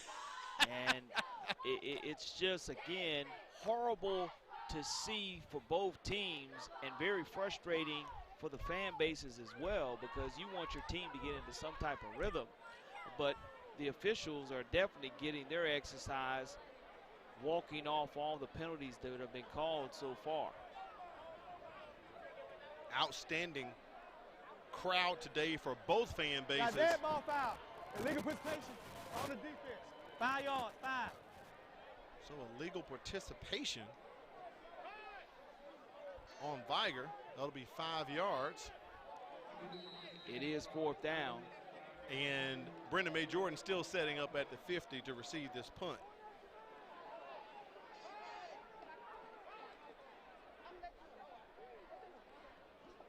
High snap into the end zone. He's going to kick it out to try to get a safety. He's tackled, and it is a safety. So all the hard work finally pays off for the Wolfpack as they get 2, Corey. Brandon Purefoy was able to go ahead and tackle the kicker in the back of the end zone, but we saw the scoreboard say 1 earlier. I was making light of it, but now it actually says 2. You don't have to add too much. It's just a high snap. But the benefit of pinning Blount deep in their own territory, you needed some type of momentum, and that's exactly what you had for the Blount Leopards, turning the football over at a critical time.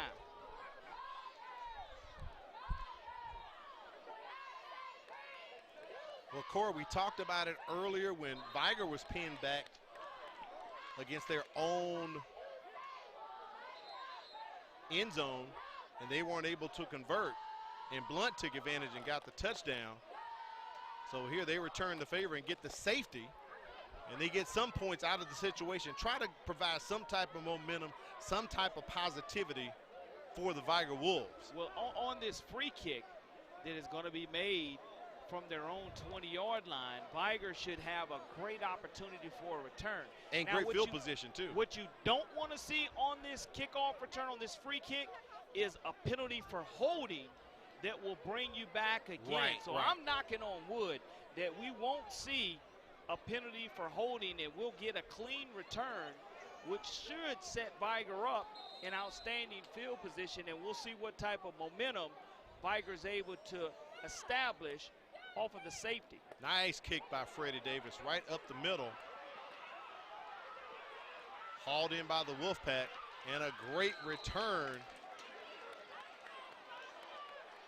as the Vigor Wolves, Kevin Malone, brings that one into Leopards territory, and they have the ball right back, and Uncle Mo possibly on their side, Corey. Absolutely. I mean, you get wonderful field position at the Blount Leopards 41-yard line. You just came back and you had a lot of success running the football with the combination of Coleman as well as Mix Jr.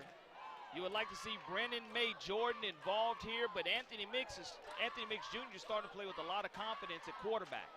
Mix Jr. looking to connect with the receiver, Christopher Agee, and he's a tall guy at 6'1", but a bit too tall for him to bring in that moon pie today. You want him to catch that in stride. Unfortunately, he was not able to, but again, you can see Mix Jr. getting a lot more confident in the pocket, sets his feet, steps into his throw. We didn't see that at all in the first quarter, and he's had a lot of drops so far by his wide receivers.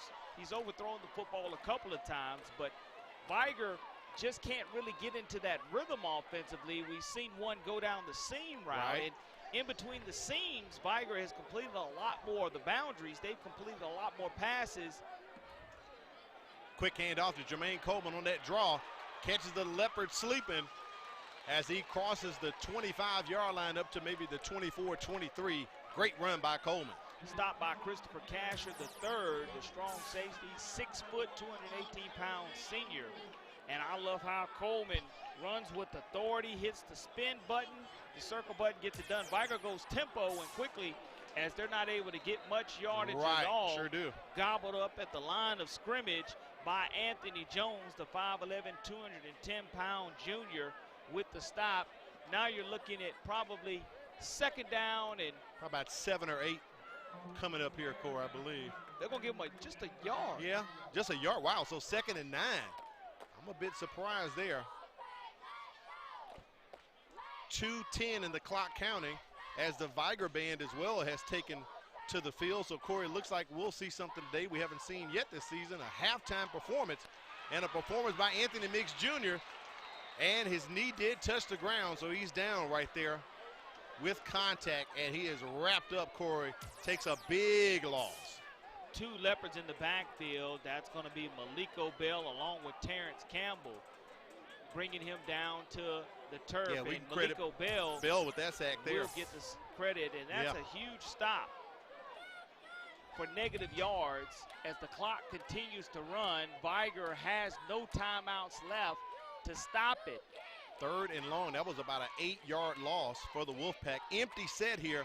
5 receivers. Anthony Mix Jr. steps into the pocket, unloads it, cannot connect with Brennan May Jordan. Incomplete. It's 4th down, and Corey, with them being in no man's land, I'm sure they're going to go for this. Absolutely, you want to go for it, and you like Mix Jr. looking at his check down. He looked down the field and wanted to stretch it vertically, but was not able to, so he went with the quick check down to Brennan May Jordan and just was not able to hang on to it, and the clock stops with 1:14 remaining. But the good thing for Vigor is they are on the scoreboard, albeit a safety. You'll take any type of points, and if you're able to get this first down at 4th down and 15 yards to go, that would be huge, continuing to increase the momentum for Vigor. Big play for the Wolfpack here. Anthony Mix Jr. and the contact got there before the ball got there. Now that one is a call the crowd is going to like, Corey. Yeah, you had 2 corners on the call. Darrell Williams, the defensive back, 5'9", 150-pound senior, possibly is guilty there of the pass interference. Yeah, that was a double coverage right there. We could see that from up top here. As you can see the sun basking on Principal Jerome Woods on the far side of the field. And our buddy Ben Thomas back there and as well taking things in with his turquoise polo today, Corey. Always great to see Brother Ben as he had a late, if we had a late night, he had an even later night as he was getting scores throughout the state of Alabama. And speaking of scores, Corey, right quick, I hear the kid from Pike Road put up 8 touchdowns on McGill last night. Unbelievable. Basketball on grass last night. Basketball on grass, tip, tip, tip. Incomplete. No flags on the play, so it will be ball over on downs as the Leopards withstand that drive, that little short drive put together by the Wolfpack after the safety. 1:04 remaining, and that was a critical stop. That was big. Because Vigor had the momentum. Absolutely, that was big. Coming off the safety and setting up great field position, weren't able to capitalize, but again, Blount has 2 timeouts remaining. We saw James Clemens use the clock and timeouts very effectively last night against Murphy to be able to score right before the half on that block punt. Let's see if the Blount Leopards. I think that's something offensive coordinator Alonzo Johnson may pull together here, but they're going to run it with Deshaun Williams. I thought they would probably go for a shot down the field to try to get some points on the board, but maybe they'll run this one out as we are under 1 minute and counting, getting ready for halftime. And it's just a great atmosphere for high school football. The Battle of Pritchard, which I think is one of the greatest rivalries in the entire state of Alabama. You scan around and you look at this crowd. This is the type of high school football crowd we're used to. You're right, Corey. Not only is it one of the largest games here in the area, it's our largest broadcast of the year, without a doubt. But the fans come from near and far to watch this game, whether it was at Pritchard Stadium or at Terry Harris Field over in Blount. Terry Harris Stadium. But great crowd today, great weather today. I believe that's possibly going to be our last play of the half, as Blount is on top 13 to do 2, and we're going to effort to get a chance to chat with head coach John McKenzie on the sidelines. We can get him wired up with some headsets right quick and get his take right quick, Corey, on his thoughts from the first half.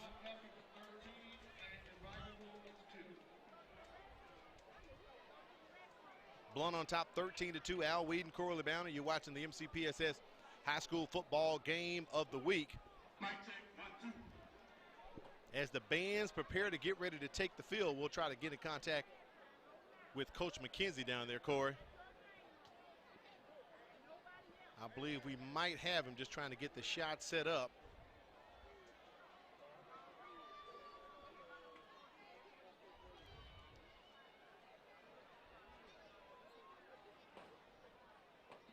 The majorettes all getting into place, the drum majors as well. So I think we may possibly have him, Corey. Coach John McKenzie, Al Weed, and Corley Bounty here. We know you had the momentum coming off the safety. Talk about this last drive, Coach, as you guys tried to punch it in the end zone before the half.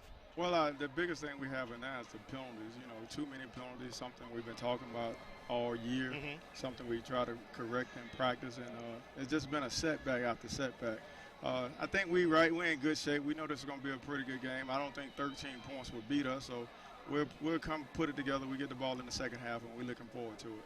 Coach, I know you're talking about the penalties, but there's been some shots to where it's been almost. I mean, there was a critical drop right there that could have been a touchdown. So you guys have been right here in the game where you want to be within striking distance. Yeah, I mean, those are breaks. You know, sometimes kids make some mistakes, and eventually he's the type of kid, he's going to come back, and he's a big-time player. He's a ninth grader, and he got a great future ahead of him. All right, Coach, we do appreciate it. Go ahead and talk to your kids in the locker room right there. Coach John McKenzie, the head coach at Vigor High School, as he gets ready to go into the locker room to talk to his kids. Right now, we're going to take it down to the field, something we've been waiting to see all season. It is the Blount High School Mighty Marching Leopards. Sit back and enjoy this halftime performance.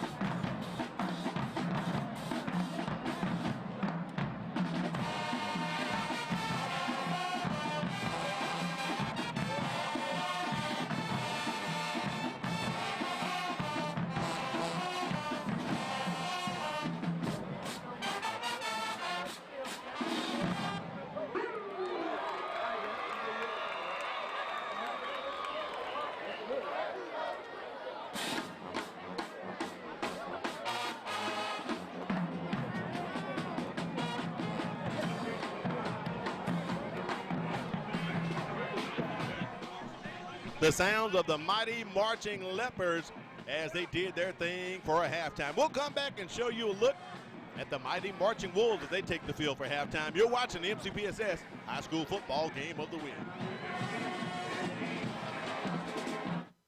It's the 2021 MCPSS Virtual Signature Academy Showcase, October 19th from 4:30 to 6:30 p.m. Register at signatureacademyshowcase.vfairs.com. Representatives from all 12 high schools will be on hand to talk about our academies. This event is open to all 7th and 8th graders and their parents. So register today and have your questions answered regarding your child's transition into high school and into a life-changing career path. It's the 2021 MCPSS Virtual Signature Academy Showcase, October 19th from 4:30 to 6:30 p.m. When we say Bishop State Community College is a great place to start, we really mean it. Want to major in psychology, engineering, criminal justice, English, history, or something else? Take your general education courses with us, then transfer your credits to the four-year university of your choice. Want to learn a trade and go straight into the workforce? We have the programs and the trainings to help you land a high-wage and high-demand career. Save time and thousands while conveniently taking classes safely online or on campus. Register now, bishop.edu. This is a program for any middle school student who's actually behind. This opportunity offers kids a chance to do 2 grades in 1 year. If it wasn't for Star Academy, I would still be in 8th grade and probably still struggling. We are one-on-one. We have small classrooms, and we're able to give students that personal touch, that personal attention. I know I'm coming to see good teachers, good attitude, and also they're here to teach us what we need to learn. We welcome you back to Lab People's Memorial Stadium. We're going to take it down to the field and watch the marching Wolves from Vigor High School.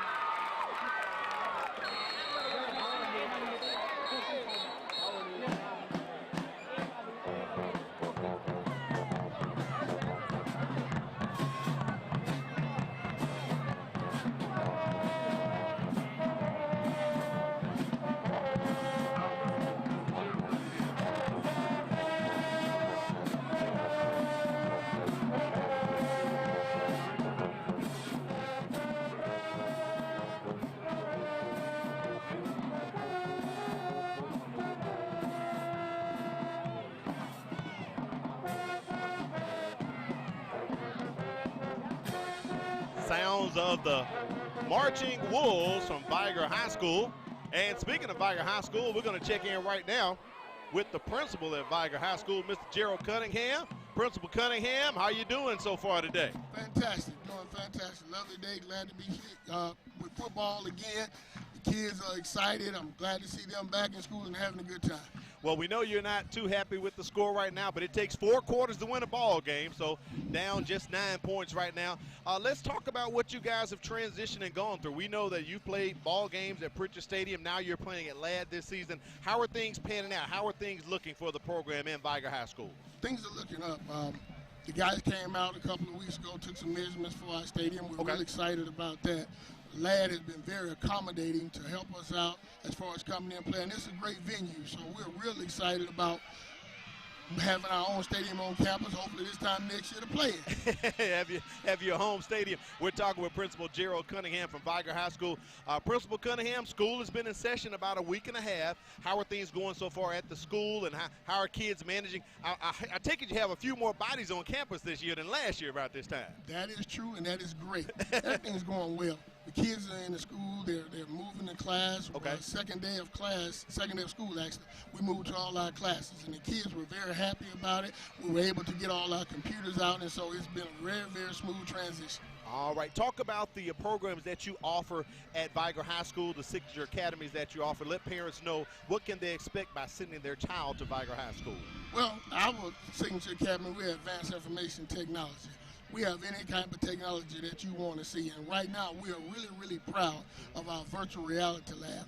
We are the only high school in the state of Alabama that has virtual reality. And as you well know, the world is transitioning to virtual reality. That's right. Walmart is training their employees by virtual reality.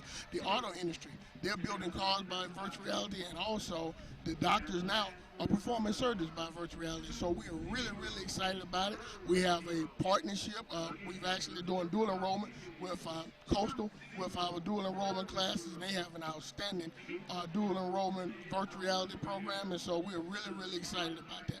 All right, Principal Cunningham, thanks for stopping by. We wish you good luck in the second half. I know you guys want to get that win today, so go Wolfpack. Go Wolfpack. Appreciate it. All right, Principal Gerald Cunningham here stopping by with us. We're going to get some stats up right now, Corey. Take a look at first half stats from this ball game. Blount on top 13-2. We know we had a lot of penalties, so some of them were declined as well, Corey. So we'll take a look at that as the guys in the truck get up the stats here as we're almost ready for second half action. Yeah, 13-2 our score here at the end of the first half. You look at the rushing yards, 94 for Vigor, only 49 for Blount. 4 total passing yards for Anthony Mix Jr., 36 for the Blount Leopards, 98 total yards for Vigor to 85 for Blount, but the score is indicative of a short field being set up. No turnovers by any teams. That's right. 14 total penalties by both teams, 10 for 90 for Vigor, 4 for 55 for Blount. And, you know, when you start talking about 14 penalties in a half, I mentioned to you on Thursday night that we had over 40 called here. Yes, 4-0 called here at Ladd Peoples Stadium between Williamson and LaFleur. We don't want to go ahead and surpass that, but Coach McKenzie talked about it going into the half. That's something that you definitely want to clean up. And when you start looking at my checklist that I had at the beginning of the telecast, what did Blount need to do well? They need to keep that old dirty rag off of the field. And here it is, that dirty rag has dropped 4 times against them. They need to limit explosive plays and wear down the Wolfpack. So we'll talk with Coach Sumter to see what adjustments he would like to see his Blount Leopards make in the second half. Right, we're trying to get the headphones on him as well. And as we talked about those stats, Corey, we know a lot of those penalties we weren't able to see because they offset as well. And just a mountain of penalties there. We have Coach Detrick Sumter on the line with us down on the field. Coach Sumter, talk about your first half performance from your Blount Leopards, and what did you see out of them? Coach is getting squared away there on the sidelines. Coach Fran getting them set up, and he's getting his safety protocols. I'm getting now. Taken away. All right, Coach. There we go. All right, Coach Sumter, Al Wheaton, Corley Bounty here. Talk about your first half performance from your Blount Leopards so far. Oh, man, I thought the first half the first quarter went well, but we kind of trying to do it a little too much, and defense staying on the field a little too much. So I just think that we just settle down and focus. I think we'll be all right. Also, Coach, you have this 13-2 lead. You had success throwing the ball. Your quarterback has found a little success. Will we see him roll out of the pocket a little bit more, or will you give the ball to Williams here in the second half, as he had an explosive run also for you? We're going to bring a little more balance to it. So, but he's holding the ball a little more than normal, and he's taking some unnecessary hits. So, but we're gonna feed Williams. We're gonna get that running game going back. All right, Coach Sumter, we do appreciate it. We're gonna let you get over there to the sidelines for second half action. Corey, Coach Sumter, you know, he came from Williamson. He's been there. He was there 9 years, and in his 9 years, this is something he's very proud of. He led his team 5 times to win Sportsmanship's Award in the state of Alabama. That's a huge accomplishment. Discipline has been there, and look forward to seeing the second half action here in the Battle of Pritchard. That's right. We're going to take a break and come back and give you the second half action. You're watching the MCPSS High School Football Game of the Week. It's Blount versus Vigor right here from Lab People Stadium. Don't move.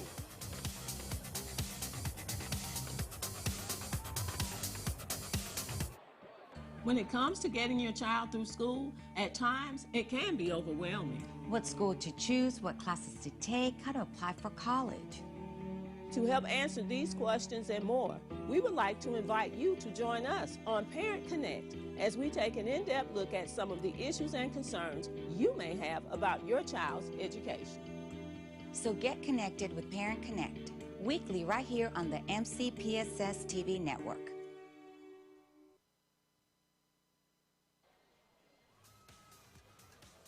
It's the 2021 MCPSS Virtual Signature Academy Showcase, October 19th from 4:30 to 6:30 p.m. Register at signatureacademyshowcase.vfairs.com. Representatives from all 12 high schools will be on hand to talk about our academies. This event is open to all 7th and 8th graders and their parents. So register today and have your questions answered regarding your child's transition into high school and into a life-changing career path.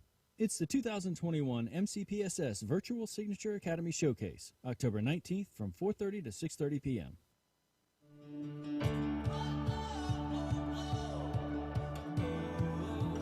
It was just like an extension of home. Bishop give you that outlet to give you a career, a successful career.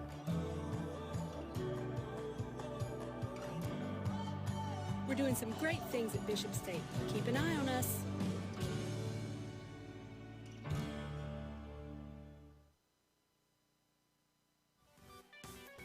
Welcome back to the MCPSS High School Football Game of the Week, brought to you by Bishop State Community College. It is the Battle of Pritchard here at Lad People Stadium. Al Whedon, Corley Bounty, our statistician China Powell.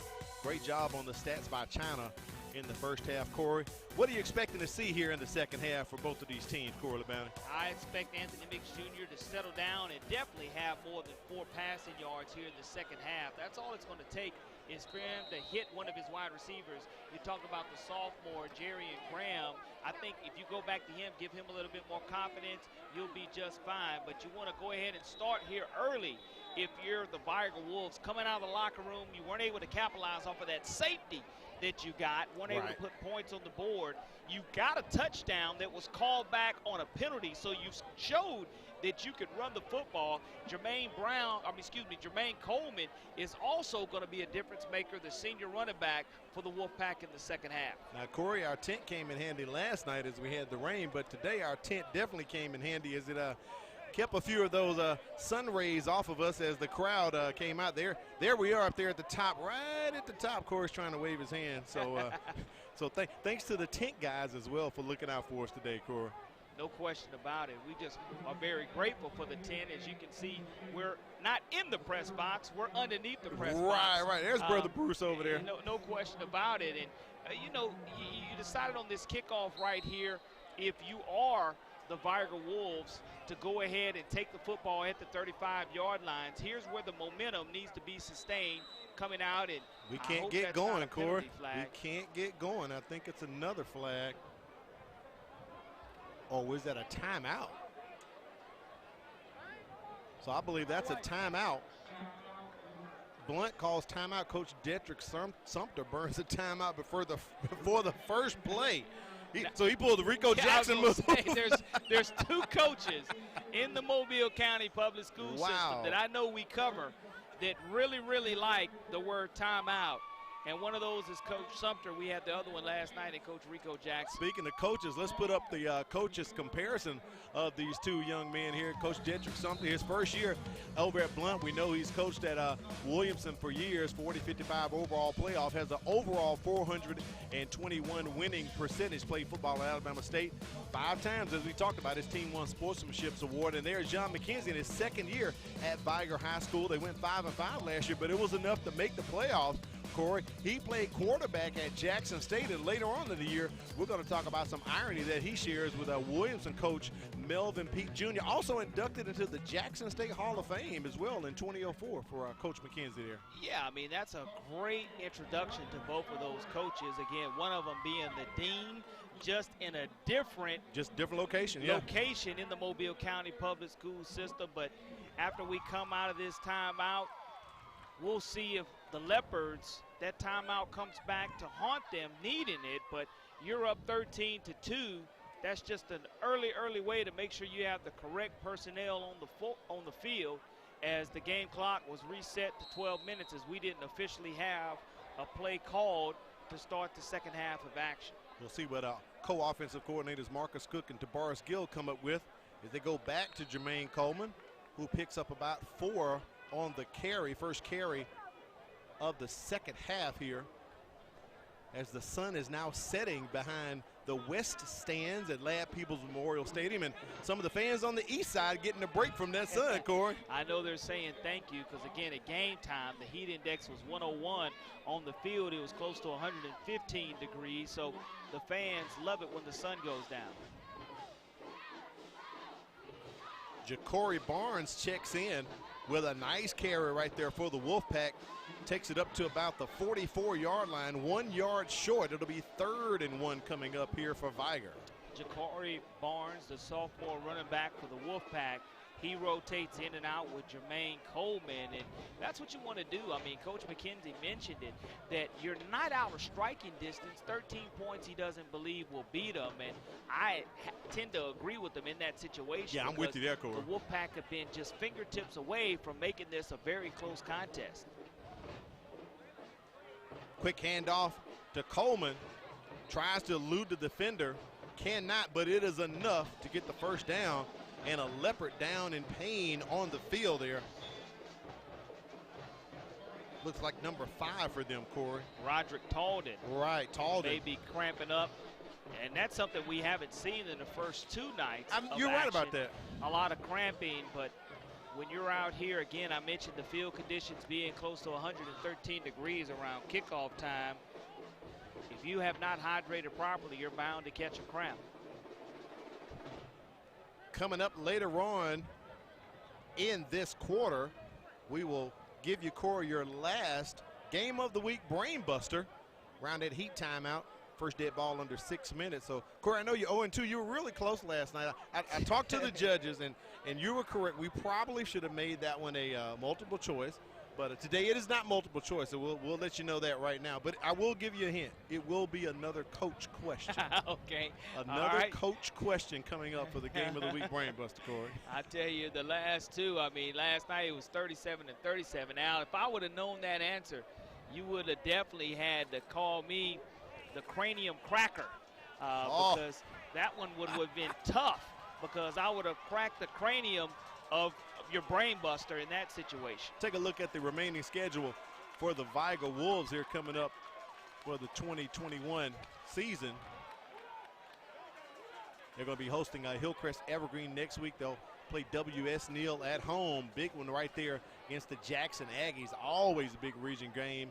And Mobile Christian as well. They get the bye in the middle of the schedule. That's a good spot for them, Corey. Yeah, it is. I mean, you always talk to coaches about the strategy of getting that bye in the middle, and coaches say it's a time to go ahead and reflect and make the changes in the second half of the season. That's right. Later on in the season, October 15th, we're scheduled to have that Vigor versus Williamson matchup right here at Ladd Stadium. 1st and 10 for the Wolves. A little trickeration. Brennan May Jordan tosses it back to Anthony Mix Jr., and I believe That pass is caught by Jerry Brand, and he was wrapped up all by one of the Leopards quarterbacks, who is now down on the turf. He's going to come off the field injured. There's a flag on the play, and I don't know if it's a Petrez Ezel there, Corey, number 24. I love the ability of the trick play. We saw Vigor getting ready to run that early in the contest, but weren't able to do it. I don't know if it's a pass interference possibly being called or a holding against the defenders, but nonetheless, you have a defender down. I don't know if we're able to get that replay up again and kind of if we could let it keep going. Is that Ezel? Ezel? Yeah, Petrez Ezel, he looked fine, and all of a sudden something happened. Maybe a cramp kicked in. It looked as if he was trying to get up. Watch toward the end of the play if we can let it keep rolling, Charles, as he attempts to get up. I don't see an ankle or anything, and Looks right like here, Corey, as he gets ready to get up, boom, like cramp. It It's got a him cramp right in there. In his calf. He's cramping in his calf And as Jerry well. Brand limping as well. So good job there, Charles, on the replay. We do appreciate it. So now Brand, I'm sorry, not Jerry Brand. That is for Vigor. Ezel? Abraham Daniels. Abraham Daniels. On the Number 6 sideline. is Jerry Brand for Blount, but that's Abraham Daniels with that catch. So it looked like they're getting him up on the sideline as well. So we have a name and numbers, right, Corey? At least we know we're talking about the rest of the ball game. And the good thing is you see both players trying to make their way. One actually made it to the sideline, Abraham Daniels, and you're looking at Ezel being assisted off of the field, but it was credited as a catch for the Wolfpack, which is positive yardage. They're going to now rule it. That penalty definitely. A penalty? Yeah, the penalty was declined. There was a penalty on the play. It was declined. They're going to take the yardage on there. So the Vigor Wolves knocking on the red zone, ball at the 27-yard line of Blount. They had some momentum toward the end of the second quarter coming off of a safety, but could not punch it through, had to give it over, ball on downs. So right now, the Wolves coming out in the second half, trying to put together a drive and get on the board. A.J. Mix Jr. tries to elude, runs right back into the pocket into the middle of a couple of Leopards.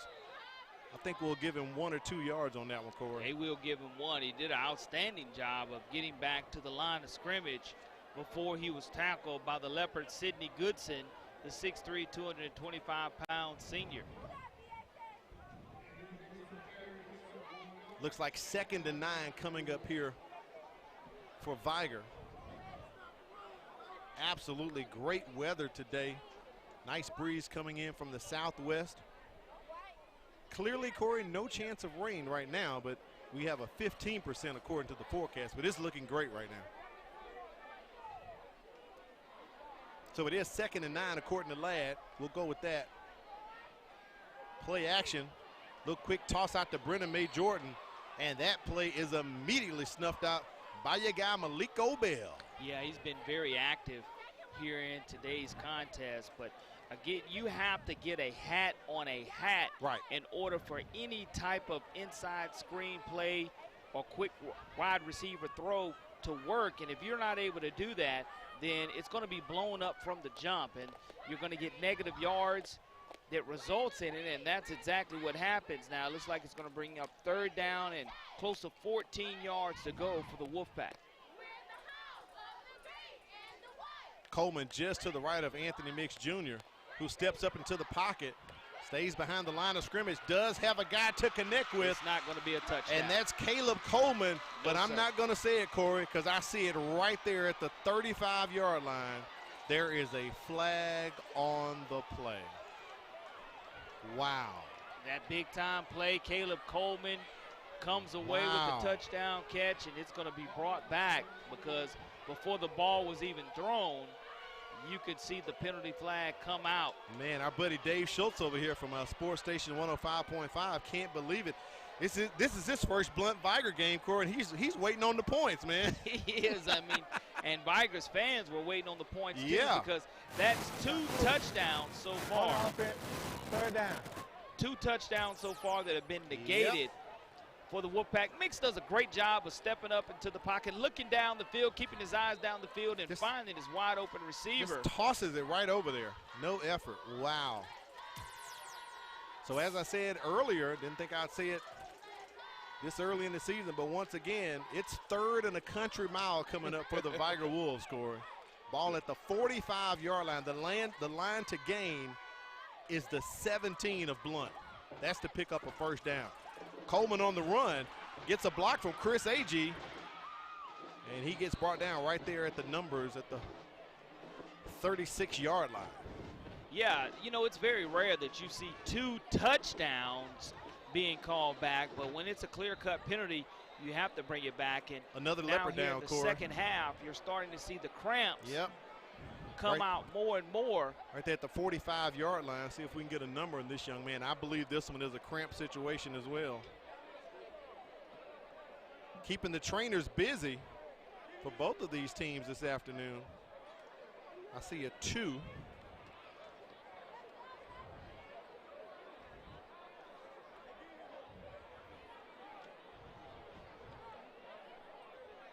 Got to thank our folks at Bishop State for supporting us. And you know what? Late start and mini term 2 registration is taking place. Bishop State's fall semester is underway, but there's still room for you to join the Wildcat family. Join them for late start term, which starts after Labor Day and ends before Thanksgiving, or you can join them for the mini term 2, which begins in October. Either way, the time to register is now, so visit their website, bishop.edu, or stop by and let them help you get your great Bishop State start. Join Homeroom with Renee Phillips and find out the latest homework tips and what's happening inside the schools and classrooms. It's Homeroom with Renee Phillips right here on the MCPSS TV network. And I thought it might have been cramping, but it looks to be a little bit more than that. As cramping, they normally raise the leg and try to stretch that muscle out. But I think that's Justin Simpson, number 20, Corey, I believe. I saw a 2, and I think it was a 20. Or maybe 26 there. Charles Buford, that's who it is. So we'll take a break as they look at Buford and come back and bring you more action for the MCPSS High School Football Game of the Week. Don't move. At any given time, trauma can happen. And how we deal with it. And how we make peace with it. Starts with me. With Project Thrive, I'm taking the pledge. I pledge to believe and support others experiencing trauma. Will you join Project Thrive and its team of partners who are working together to address issues of trauma? Take the pledge, take a stand, and let's make Mobile a trauma-informed community.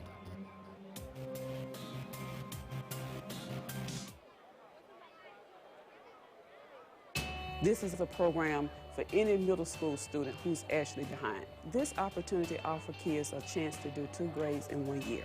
If it wasn't for Star Academy, I would still be in 8th grade and probably still struggling. We are one-on-one. We have small classrooms, and we're able to give students that personal touch, that personal attention. I know I'm coming to see good teachers, good attitude, and also they're here to teach us what we need to learn. You're watching the MCPSS High School Football Game of the Week. Charles Buford being escorted off the field there, Corey. Looks like he's holding his elbow of some sort. Backup linebacker from the bandit position for Blount. Yeah, they created a sling for him you go. to elevate that elbow, but you do like to see him walk off on his own power, and hopefully he'll be able to return next week when the Leopards take the field. But Vigor looking at 4th down and close to 22 yards to go. In no man's land, too far to kick the field goal. Anthony Mix Jr. rolling to his strong side. Has a few receivers in the end zone, but just kind of throws that one away. It's almost like a punt, Corey, you could call it, but it is technically an interception. Our first time saying this guy's name, Kel Smith today, Corey. Yeah, Kel Smith comes up big, but you're right, it is like a punt. The only thing that if you are the quarterback, you don't like that to go against your numbers. Anthony Mix Jr., who is a senior here at Vigor High School, but I don't see any yellow flags on the field after this interception, but I do see a player down in the end zone, so that is going to be the delay here after the interception. Looks like there's going to be a cramp as the wonderful nurses on the sidelines. Yes. We don't have ambulances here at Ladd Peebles Stadium, but we do have attentive health care. We do. Here. And that's something you normally see in the south end zone near the flagpole where the American flag is. But with the crisis taking place and such high COVID numbers here locally, Cora, we know ambulances are the super high priority. So it is ironic we don't have the fire medics over there in the corner as normal. There's like another possible cramp here for a Leopard.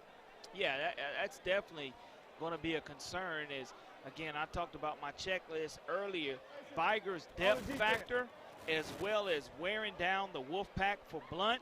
Well, you look at Blount's players catching the cramps, and Vigor's depth factor has not become evident. But again, 13-2 was our score at halftime, and it remains our score here with 7:34 here in the third quarter. We'll take a break and come back, bring you more action. You're watching the MCPSS High School Football Game of the Week.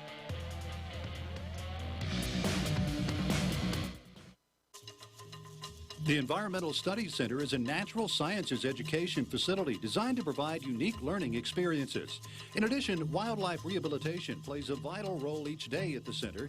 Featuring more than 500 acres of rich woodlands, the center affords teachers, students, and the general public an opportunity to experience firsthand the natural environment.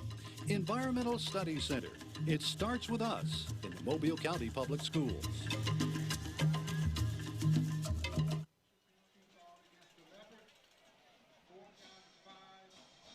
We welcome you back to the MCPSS High School Football Game of the Week.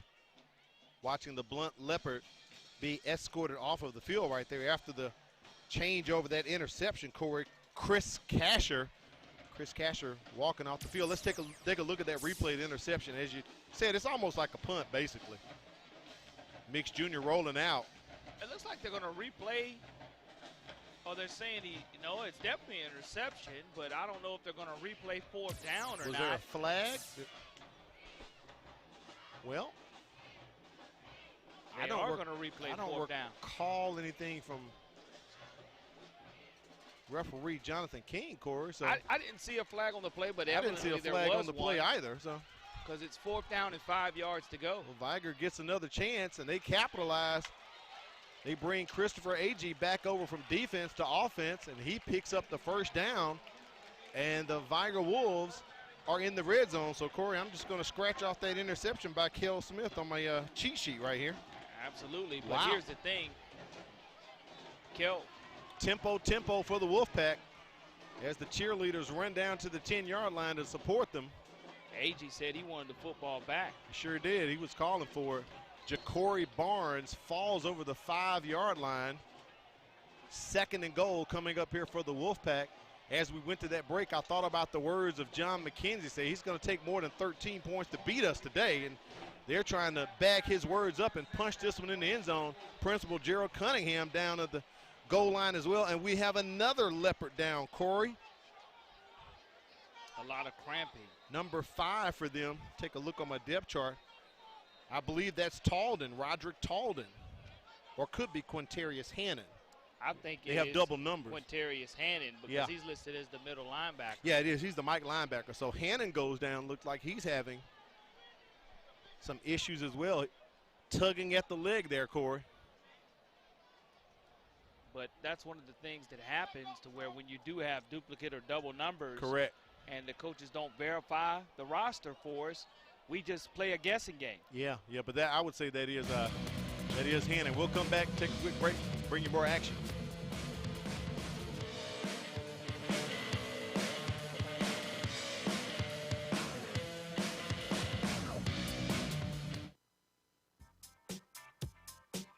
Our mission at Vigor High School is to graduate students who are college and career ready and produce students who are productive citizens in our ever-changing world.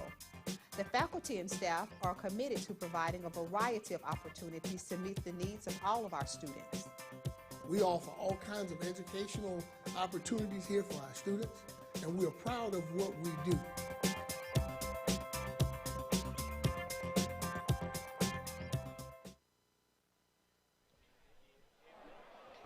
Welcome back to the MCPSS High School Football Game of the Week. Corey, we got some help on that call our buddy Arthur Mack and Darren Patterson, Dave Schultz, they all confirmed Blount had illegal participation. There was too many men on the field, and the flag was on the far side. So that's how we were able to miss that That's why call. we didn't see it. Right, exactly. it was on the far side. So, and we were definitely looking at the interception that occurred as well as the injury that was in the end zone at that time. But it brought, instead of 4th and 20, it brought up 4th and 5.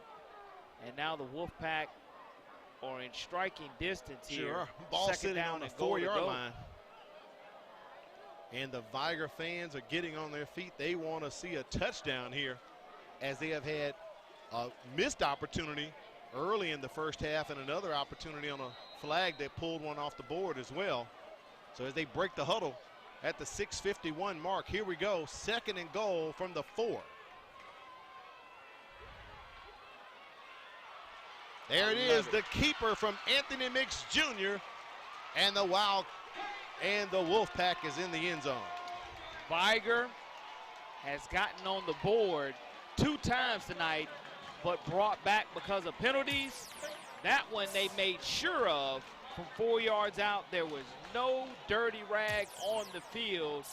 Touchdown Wolfpack, as they are now deciding whether they want to go for 2 to make this score 10-13 or make it 9-13. I think the math of the situation says you go for 2. And they don't have to burn the timeout, Corey, because we've had a lot of flags, and now it's turned into almost a cramp fest as another Leopards defender goes down. Here's the replay here. Great job of Mix Jr. deciding to keep it, and that's the type of momentum as the referee takes a hard spill. I think he got hit harder than the running back did, and he's able to bounce back up. And tough guy right there in the middle. You're right about that, boy. The Vigor Wolves fans are excited now as the cheerleaders run up and down the sidelines with the flag. So we'll come back with the decision from Coach John McKenzie. Blount up 13-8.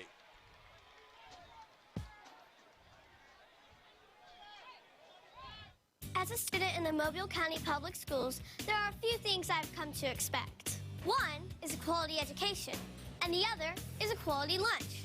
Not only are our school meals well balanced, meeting all federal nutritional standards, but they also have less fat, fewer calories, and they taste really good. Oh, and I forgot to mention, our school lunches contain whole wheat, grains, fruits, and vegetables to give me the energy and brain power to get me through the day.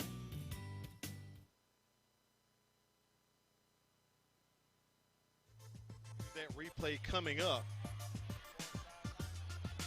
with too many men on the field. You can see the Leopard still on the field right there. By the officials, great recognition by the officials, and the Wolfpack, unless they're going to fake the extra point or set up to go for 1, not chasing points here. Not going to happen, Cora. You know what's taking place, right? 2 flags in the end zone. Too many men on the field coming out of the timeout. 5, 6, 7, 8, 9, 10, 11. No, Blount has 12. I just counted 12. Now that will definitely tempt you to go for Who's that 2. running off the field right there for the Leopards? A.J. Robinson just ran off the field. They had 12. The fans are chanting, go for 2. They want them to go for 2. And I agree with them. The math tells me go for 2. At this point in the ball game, I would say you need to go for 2. And you're at the 1-yard line as well. I mean, you make it Mix Jr. just ran it 4 yards right up the gut. Absolutely. So, and, you know, you have a little momentum. You want to continue to establish that momentum. And your fans definitely won't be sitting on their hands as they were chanting go for 2. But you don't want a penalty here.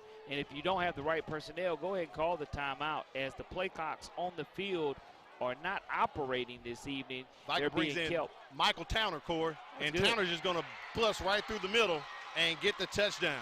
All he needed was 1 yard. Great call by Tabaris Gill and Marcus Cook to make that decision to go for 2. And, boy, we have a ball game now. Vigor within 3 of tying it up. Well, the math says that you do go for 2, and that's exactly what they did. 13-10, our new score with 6:36 remaining. Coach McKenzie mentioned it going down at halftime. He said he didn't feel like 13 points was enough to beat his team, and his team was within striking distance, having 2 touchdowns negated due to penalty flags. That last one they scored was not going to be negated. And then when you have the penalty for Blount for having too many men on the field, it moves the ball to the 1-yard line. It gets the band excited. It gets your fans excited. Wolfpack Nation is excited. And now we have a brand new contest to where we have a 1-score game no matter what happens here at Ladd Peoples Stadium in the Battle of Pritchard. Kind of think back to the first quarter, Corey, when Vigor was pinned against their own end zone. A high snap goes over the head of the punter, results in a safety, 2 points. Vigor has now come back and gotten the 2 points back. So we're at the heat timeout right now. So since we're going to take it at 6:36, we're going to check in right now, Corey, and we're going to bring the big man to the camera, the mayor of Pritchard, Mr. Jimmy Gardner. And Mayor Gardner, how you doing today with all this excitement going on? Thank you. This is an exciting night for us here in the city of Pritchard with our biggest rivalry going with Blount and Vigor. This is a very exciting game, and I don't have to tell you that. The score tells it all. And your shirt says it all right there, as you have the leopard and the wolf. You're probably the only guy in town who can walk around like that, Mayor Gardner. Absolutely, absolutely. This is the only way to do it, you know. And there's both sides of winner, regardless to the end. At the end of the night, what the score is. This is going to be an exciting night for us here, no doubt about it. I know you're just as excited as Principal Cunningham that everything is kind of worked out and Vigor's able to play this game this year. We know last year COVID came in and you guys weren't able to host it, but talk about the excitement that this brings to the city of Pritchard and what it does. Well, just take a look around. Look in the bleachers. Normally we would have 10,000 or more here, but we have a very large crowd here tonight.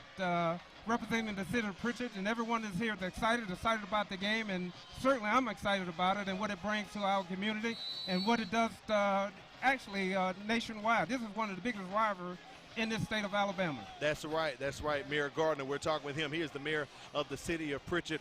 Mayor Gardner, we know the economic impacts of this game can go a long way. We know tailgating is a really big thing, and Principal Cunningham just talked about the possibility of them having their stadium. Just talk about the ramifications of what involves all that, because people don't understand. It's not just the game. It's the tailgating. It's the whole shebang. Yes. I couldn't have said it any better than what you just shared it. You know, it's really exciting to have everybody come out tailgating, all the food, all the excitement, all the engagement, the relationships that's being built during this time. This is just an exciting time, as I said, not only for the city of Pritchard, but for this entire community and across this nation. So this is one of the most exciting rivalries of all time, particularly in the state of Alabama. So we're really excited about it. All right, Mayor Gardner, we appreciate you stopping by. We're going to let you get back and go to the game. I know you have the Wolfpack and the Leopards on your shirt, but go ahead and throw the hook up one time. You got the hat on there, so do that for the brothers of Omega Sci-Fi. Thank you so much, Mayor Gardner. Thank you so much. No problem, no problem. Thank you. He couldn't be biased and pull fighter, so he had to pull for his frat, Corey. I like it. You know, you can't go wrong. He hit the trifecta. He represented his fraternity, and he represented both Blount and Vigor on his shirt. Right. He's in a win-win situation. I know he's a politician. I don't want to pin him against the wall. So who you really pulling for, Mayor? You know, so let him pull for the frat, man. You can't go wrong with that one. So 6:24 here remaining in the third quarter. The Leopards trying to rebound after giving up that touchdown to the Wolfpack. And also, we'll get on the Game of the Week Brainbuster question just around the corner here. I think we have a Leopard down on the field, Corey. He's getting up slowly. Well, I believe that's Jerry Brand, number 6. That little extra by Vigor scoring that touchdown, it reinvigorates the sidelines. If you were tired, if you were cramping, you forget about it once you hear that band crank up your school song, and that school spirit gets renewed not only in the stands, but on the sidelines also, Al. Marcus Durgeon helping out Renato Jackson, defense coordinator, as they're getting in the signals to the defense. Big play here, 3rd and long. Freddie Davis hauling off, trying to connect with his receiver, A.J. Robinson, the big, tall, lanky guy, and he overthrows and goes out of bounds. So the Wolfpack defense holds, Corey. Well, here's the biggest thing for Antonio Jackson. If you have a 6'5" wide receiver, you must keep the ball in bounds. Give him an opportunity to catch it at the apex, and when he's able to do that, he can't do it if he's out of bounds. You see the Wolfpack Nation, who we're on the side of, they're getting excited. They're starting to stomp their feet here in these metal bleachers here at Lab People's Stadium. And 5:33 remaining, and the Wolfpack are going to get the football back, and they're getting their second wind about them, Al. Myron Dunklin, he'll be handling the punt here. Brennan May Jordan lines up at his 35 to receive.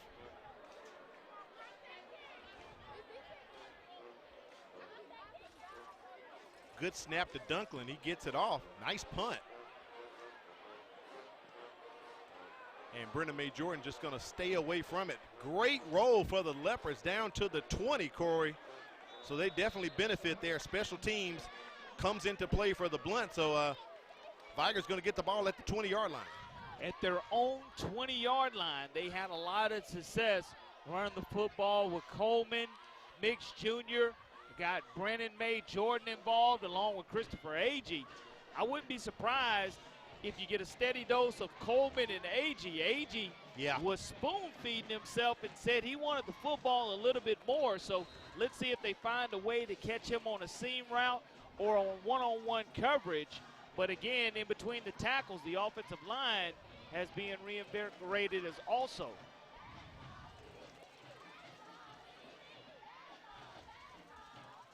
Hand off to Jermaine Coleman, trying to pick his spot, and finally does. He went to the left, went to the right, came back through the middle, Corey, and picked up about 5 yards. 2nd and 5 coming up for the Wolfpack. Positive yardage on first down by the Wolfpack is what you want without a penalty being thrown on the field, and there's going to be an injured Wolfpack. Now we have a Vigor Wolf down there. Maybe we can get up our Game of the Week brain buster question here for you while we have a break, possibly, Corey, to see if you can maybe go 1 for 3 out of our season openers here. Back-to-back-to-back triple hitter.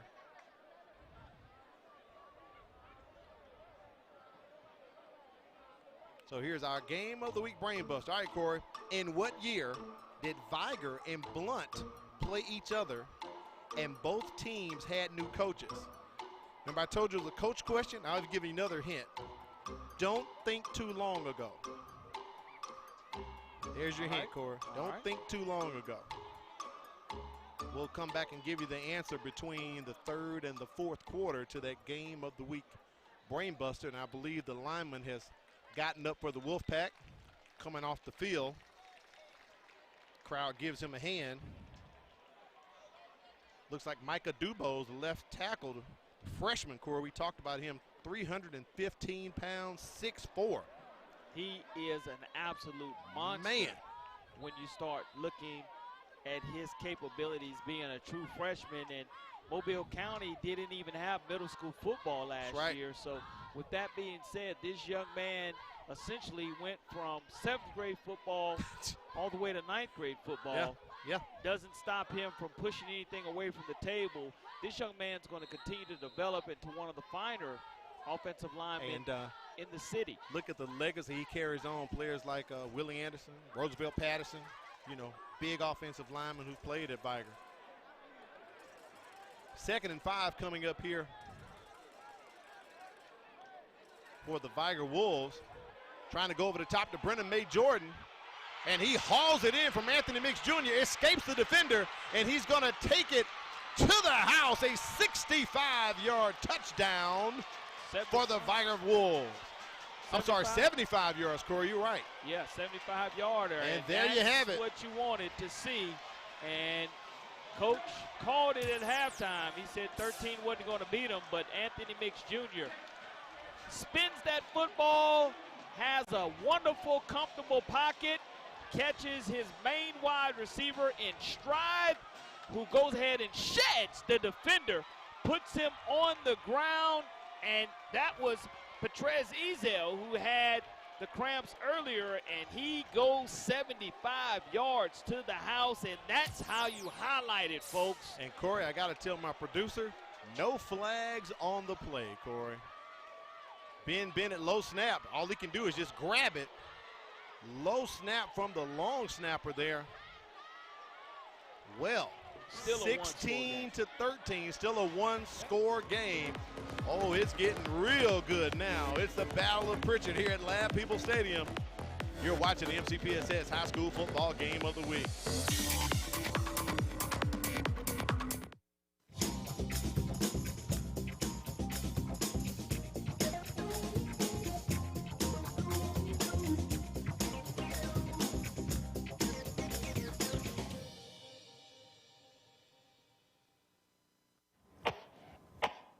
What's the matter, baby? You're not feeling good? School-aged children are at a higher risk of getting and spreading germs and viruses. To help protect the spread, students are encouraged to stay home when sick. Parents, it's important for your child to remain at home at least 24 hours after they no longer have a fever of 100 degrees or higher without the use of medications. Please help us maintain a healthy learning environment.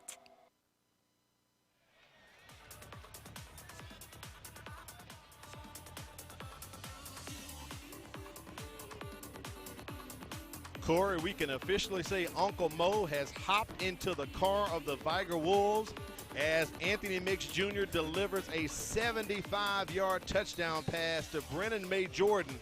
That was a two-play drive, and the Vigor Wolves have taken the lead 16 to 13. 16 unanswered points by the Wolfpack, all momentum here as Blount has to find some type of answer, trailing by one possession. And the Leopards bring that one straight up the gut. Roderick Talden with the carry there on the return. It's time for Blount to put up an answer. You're right, Corey. 16 unanswered points. And the Vigor Wolves fans have all come to their feet. This is the kind of game we were expecting off the top, Corey LeBounty. Yeah, Anthony Mix Jr. had 4 passing yards at halftime. That was quickly erased with that huge throw that he just had to one of his main weapons, Brennan May Jordan. And I felt it would be Brennan May Jordan or Jermaine Coleman that would get this Wolfpack offense reinvigorated, and that's exactly what has happened. Brady Davis throws it incomplete, overthrows Myron Duncan, and boy, that one was almost picked off by the Vigor Wolves secondary. It's one of those that you would like to have if you're in the Vigor secondary. It just dropped by Jaleel Johnson. The junior drops back in coverage. Couldn't quite squeeze the pigskin tight enough, and because of it, it's going to bring up second down and 10 yards to go for the Blount Leopards. Hand off to Deshaun Williams, and he has burst open for about 11 or 12 yards. I believe the ball came out. It's a takeaway. And that would be a fumble. Took it from him. Yep.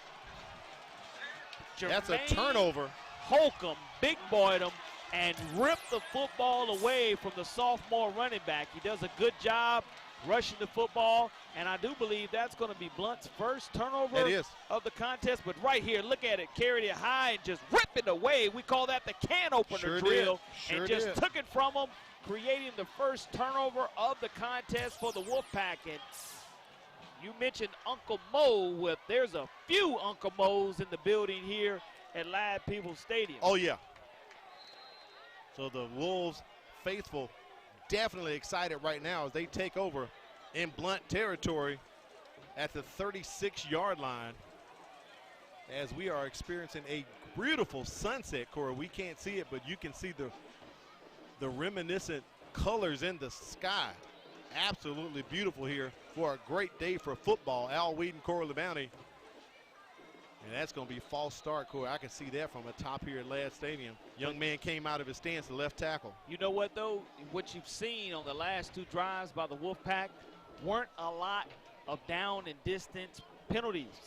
That is correct. That's correct. You didn't see them playing behind the chains, having to go ahead and try to get back those 5 to 10 yards. They were all penalty yardage, but now you put yourself at 1st and 15 with the ball being on your own 46-yard line. But Blount's defense has been on the field for a very long time here in the 3rd quarter. Good observation, Corey. It sure has. Vigor has had a tremendous time of possession here since the halftime. Triple receivers to the near side. Anthony Mix Jr. just going to keep it. He has some room as he barrels his way down to the 35-yard line for a first down for Vigor. And I tell you, the Vigor fans here underneath our platform right here at Lab People Stadium are really, really making a lot of noise, and that carries over. Right. Great job of go ahead and keeping the football by Anthony Mix Jr. Go ahead and getting on his high horse, looking for blockers down the field, and he's able to go ahead and secure this first down for the Wolfpack. Coach John McKenzie running over to the sideline and telling Jermaine Coleman, get in the game. He ran down the field. I thought he was the get-back coach for a second, Corey. Snatched him, said, get in the game, young man.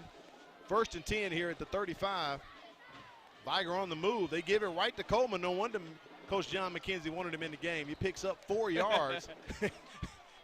Guess he's got the hot legs, so get in there, dude. That's exactly what you need sometimes. You need the hot back in the game, or when you feel comfortable now that Vigor has the lead. They really haven't strayed away from what they wanted to do, which was to run the football and have some dominant line of scrimmage ball control. And as the clock continues to wind, like I say, now Blount's defensive line has their hands on their hip. They don't have any big pluggers like Lee Hunter there to disrupt and get into that backfield. 2nd and 6 here for the Wolfpack. Mix stepping back to throw is going to go into the pocket. Does a little juke move, picks up about 4. It's going to be 3rd and short for the Wolves. They want to keep this drive going as they have literally had the ball for a long time in the 3rd quarter with their time of possession.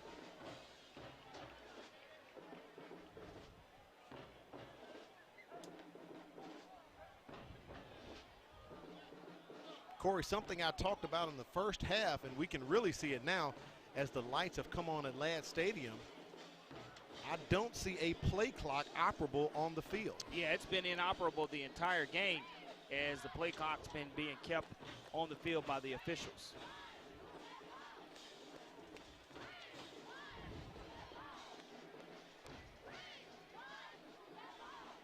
Hand off to Jermaine Coleman, and he gets past the 26-yard line. I'm sorry, the 24, and that's a first down, and the chains are going to move as the Vigor Wolves are knocking on the red zone.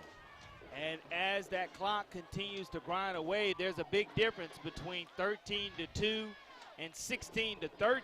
As I mentioned, Vigor has scored those 16 unanswered as Blount did all their damage early in the first quarter, looking like they wanted to run away from this game. But like you said, when Uncle Mo shows up and knocks at the door and you answer it, it's amazing the type of havoc that Uncle Mo can wreak on you if you're the opponent. Hand off to Ja'Cory Barnes. Tried to follow behind the blocking of Benjamin Bennett, but brought down for a loss of about 1 yard. As we are under 1 minute here in the 3rd quarter. Stay with us. We'll reveal the answer to the game of the week brain buster as our buddy Corley Bounty tries to get 1 correct out of these past 3 ball games. And thanks to all of the fans and our crew as well for supporting us. Thursday night we were here at Ladd for LaFleur versus Williamson. Then Friday last night it was James Clemens versus Murphy. A bit delayed by an hour and a half, but we got the game on as well. And tonight, Blount versus Vigor. So an awesome way to start off this 2021 football season, Corey. Absolutely. Wouldn't have it any other way as we're about to start the 4th quarter of action. You can see the 4s go up on both sides of the football. That's right. That's right. So at the end of 3, it's Vigor on top 16-13 for the MCPSS High School football game of the week. And we're going to get on our question once again for you, Corey, and reveal the answer to our game of the week brain buster. All right, so in what year did Vigor and Blount play each other and both teams had new coaches? Similar to the question we asked Thursday night, Corey, where it turned out it was Detrick Sumter and Anthony Schamberger for Williamson and LaFleur. So would you like to take a guess, young man? Yeah, I think that Derek Scott might have been involved along with Lev Holly. All right. We'll get Wade to reveal the answer in the truck there. Get a little help from Miss Diane. And Corey, Winner, winner, chicken dinner. Back in 2015, Vigor's head coach Derek Scott and Blount's head coach Lev Holly met for the first time. Well, here's your +1, Corey. They also worked together as assistant coaches at Vigor years ago. Now, I do like that +1. That's something that a lot of people have forgotten. And Lev Holly at the game tonight, taking on a new administrative role with the MCPSS. And he's no stranger to the sidelines. I know it probably feels a little bit different for him. And this is when you get that itch to get back in it when you have this type of rivalry. The Battle of Pritchard, folks. We want to thank everyone for tuning in to this special kickoff time at 5 o'clock. But the sunset, like you said, is absolutely gorgeous and beautiful here in Mobile, Alabama. You can see downtown Mobile off in the distance. And 16-13 our score with 12 minutes remaining.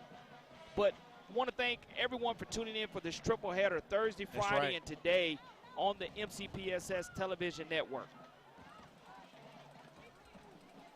2nd down and 13 coming up here for the Vigor Wolves. Benjamin Bennett, long back, play action as he dives in. A.J. Mix Jr., Anthony Mix Jr. had a guy but could not get to him in time and just throws it away there. 3rd down and 13 coming up. And, Corey, that was a look at what we were just talking about.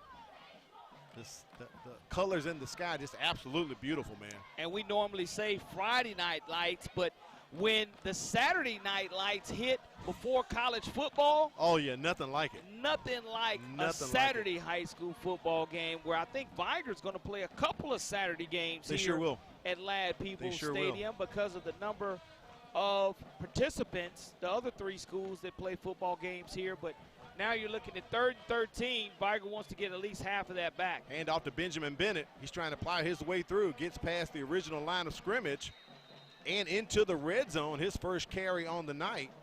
Nice run by Benjamin Bennett there. It'll be 4th down coming up here for the Vigor Wolves. And, Corey, originally this game was scheduled at noon, so also I want to send compliments to both of these schools for working it out along with Ladd to have this game pushed back a few hours, because we know here at noon at Ladd Peoples Stadium that field turf can get pretty hot, Corey. Absolutely, it can get hot. And when you have this type of turnout, you see the deep cars in the parking lot, both bands being able to perform. You have to get the full show, and we're getting that on the scoreboard as well. 4th and 7, Anthony Mix Jr. throws it, short hops it, could not get it to Brendan May Jordan, tried to step all the way into it, could not. And we haven't said this in a while, but there's a flag on the play. Possibly maybe a hold. Let's see what our referee has for the call.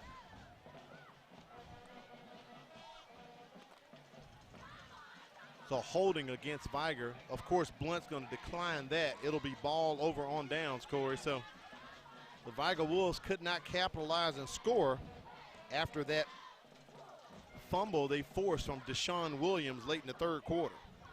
Vigor all-time 495 school wins, 275 losses, and 12 ties.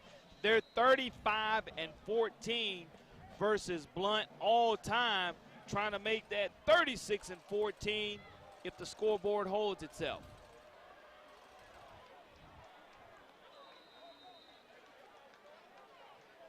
Handoff to Tyler Tucker. First time calling his name tonight for the Leopards. He picks up a couple.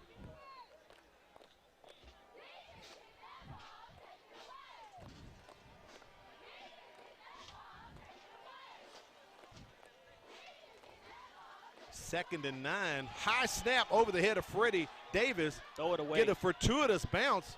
He tries to force it with a little sidearm action. Incomplete. And I believe we may have another Leopard down with cramps near the 35-yard line. One of the receivers, Corey. Yeah, in that situation, to me, I think that's Ty Beverly, number 15. We hope Ty Beverly's okay. But that was a very fortunate bounce for Davis to get back on top of that ball. Looks like he may be cramping as well, Al. Got to let you know, registration for the fall semester at Bishop State is still going on right now. there's still time for you to join the Wildcat family. The fall semester is underway, but you can still register for the late start term or mini term too. Either way, the time to register is now. They are open every day with extended hours to better serve you. Be sure to ask about available scholarship and grant opportunities. Stop by or visit their website, bishop.edu. Bishop State, a great place to start. Also want to thank our folks over there at Firehouse Subs. Enjoy more subs, save more lives. A portion of subs purchased at Firehouse will go to the Firehouse Subs Public Safety Foundation, helping to provide life-saving equipment to first responders. So thanks to Jim and Susie Sherman at the Greenlight Road Firehouse Subs location for taking care of us and the crew, Corey. 3 nights in a row, so big ups to Jim and Susie Sherman for that. Can't thank them enough. Their location right there on Greenlight. And if you have an opportunity to patronize them, Please you'll do. get great service because they definitely take care of our crew each and every game night. Corey, every time I go in there, it smells so good. Man, I tell you what, it smells so good. Those fire-roasted subs are delicious, and I know you don't have to be hungry to go ahead and know that you're going to eat something very healthy or tasty at Firehouse Subs. Yeah. So Beverly escorted off the field. Hopefully we'll be able to see him again. 3rd and long coming up here for the Blount Leopards. They were scoreless in the 3rd quarter. All 16 points that Vigor put up came in the 3rd quarter. Big quarter for them.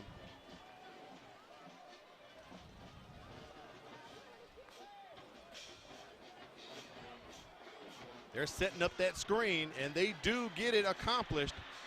On the move for the Blount Leopards as they take it up the field. Cartel Washington picks up a big first down. Nice play call right there by Alonzo Johnson. On 3rd down and 9, you needed that inside tonal screen as quarterback does a great job and reversing the field. That was designed to go across the field, and he does a good job of reading his blockers, taking his momentum north and south. Once he does catch the football, gets the Blount fans excited, but it also picks up a first down with no penalty flags on the play. No flags, Corey. 1st and 10, ball at the 32-yard line. I'm sorry, the 37-yard line of Blount. Freddie Davis gets it off. It is tipped at the line of scrimmage. Incomplete. Takes him to 2nd down and 10. Looks like another Blount Leopard down. Number 51, I believe. That's Bruce Crenshaw, the right tackle.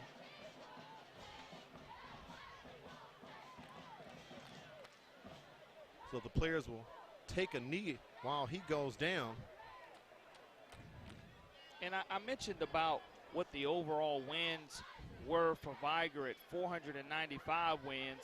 Blount is at 365 all-time wins, 288 losses with 8 ties. And right. You look at the success that Ben Harris had in the 90s. To me, Blount being the team of the decade in the state of Alabama, winning state championships in 90, 92, 96, 97, and 98 going back-to-back. That was very impressive, and that's why Coach Harris to this day remains a legend. And there's their schedule right there, Corey. They're going to be hosting Greenville next week, and the Leopards will open region play hosting Baldwin County, so they're going to get 2 home games back-to-back, then go on the road twice at Citronelle and Saraland. And I believe we're scheduled to have Blount featured for the MGM game right there on September 24th. And the one you and I have circled on our schedule, they're going to host the Toros of Spanish Fort. That was the team that knocked them out of the playoffs last year. Yeah, the Spanish Fort Toros with a big win Thursday over the Fairhope Pirates. And the Toros avoiding the slow start to their season that they've had the last couple of years, but it's ultimately culminated in a state championship game for Ben Blackman. Again, Spanish Fort, one of the dominant programs in the entire state. And Corey, you just talked about decade of 90s. Our buddy Tommy Hicks over there at the Lanyard wrote an article a couple weeks ago. In the past 10 years, this past decade, Blount has won the most games of any Mobile County public school system high school team. So they are the winningest program the past 10 years here for MCPSS schools. So they carry a lot of stature, Corey. 2nd and 10 coming up. They hand it off to Deshaun Williams. We watched him as a freshman last year And now as a sophomore, he is continuing to run the rock. That's a first down. He runs extremely hard, just like his brother did 1 year ago. And because of his helmet coming off, he's going to be out for at least one play. And that's going to be fixed very quickly because you don't want to have him out longer than one play because he's one of your primary weapons for the Leopards. 9:15 remaining here in the fourth quarter. The Vigor Wolves leading 16-13 in this Battle of Pritchard. Little quick pass out there. I believe Jerry Brand hauls it in. Possibly no gain on that play. Looks like they're going to spot it right at the 48. Exactly where we are atop the stands here at Lad Peoples Stadium. Due to COVID protocols and procedures in place right now and high case numbers, Corey, we aren't in the press box as we normally are. So this is similar to what we were doing last year here at Lad Peoples, outside in the element. So taking it all in, it kind of adds an extra ambiance to the game for us as well. It does. It opens up the sound for us because definitely when we open up our windows, you know, we can hear the bands playing. But again, an outstanding crowd here at Lad Peoples Stadium for the Battle of Pritchard. And, you know, two historic programs battling one another, brother versus brother, cousin versus cousin. Doesn't get any better when you have this type of rivalry with these type of schools as close as they once were to one another. That previous carry by Javian Hawthorne of the Leopards, good run from him.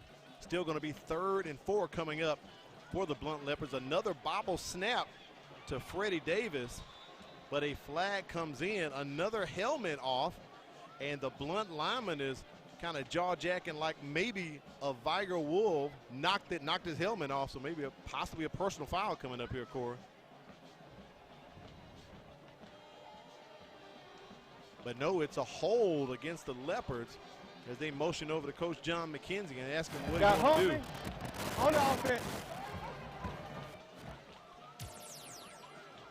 So he'll take the penalty there.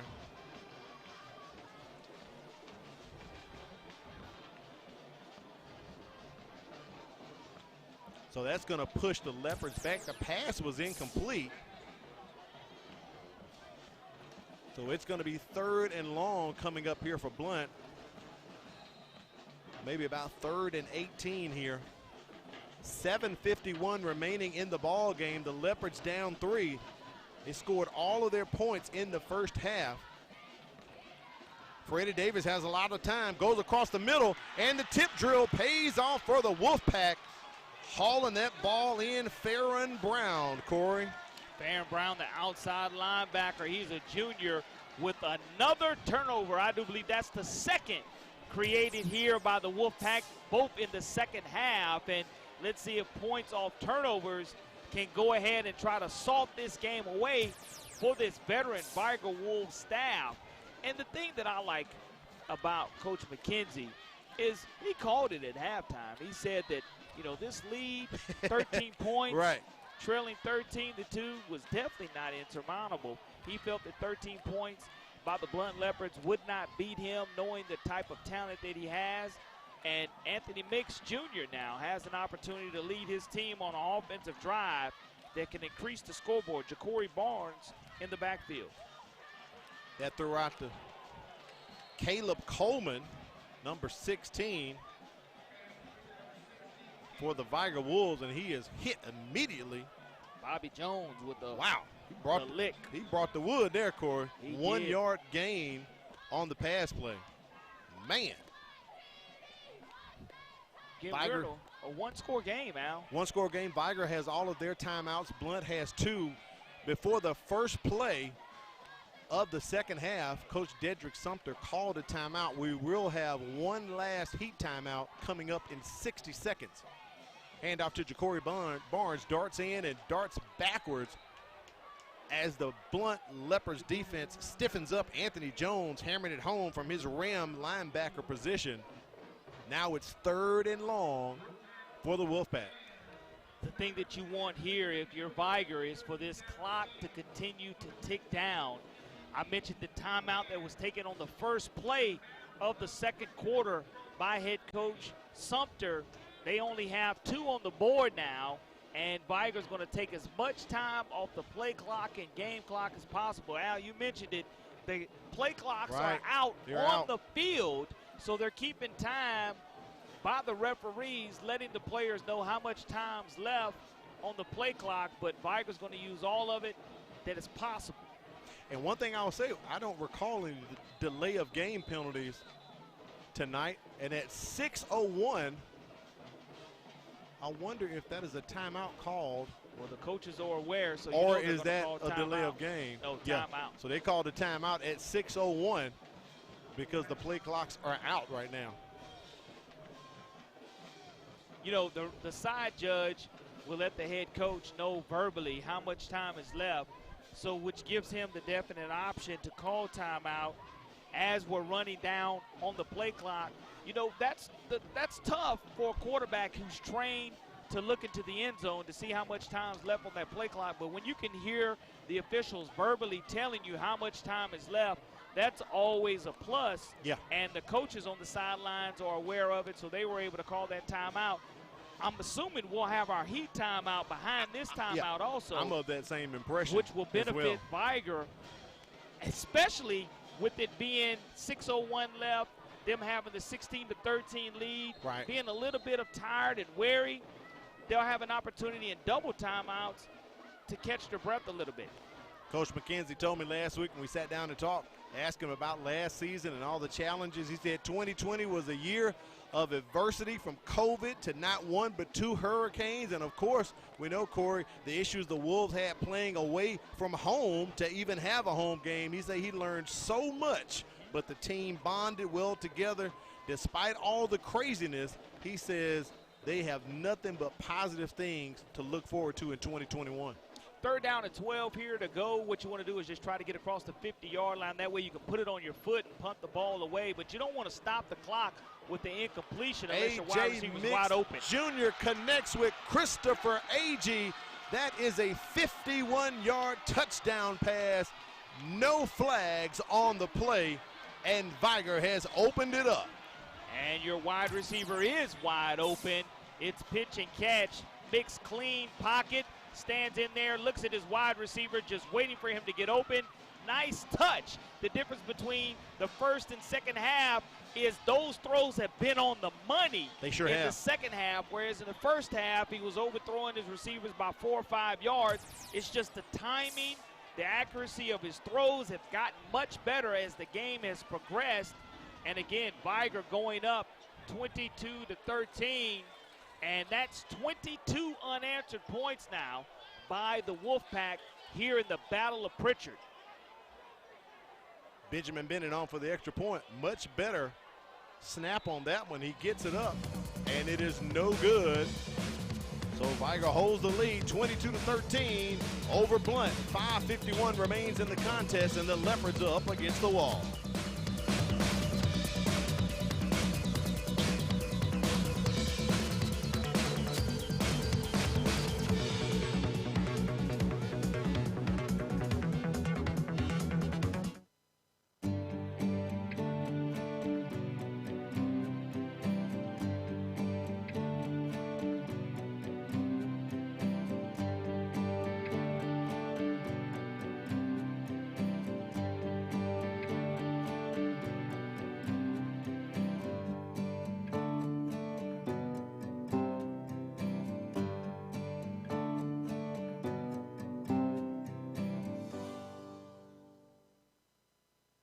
When parents are involved in school, you get more of this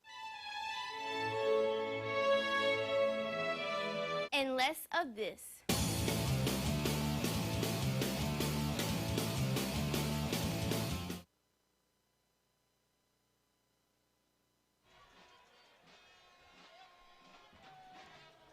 We welcome you back to the MCPSS High School Football Game of the Week. It's Al Whedon, Corey LeBounty, hanging out with you, having a great time. Vigor on top 22-13.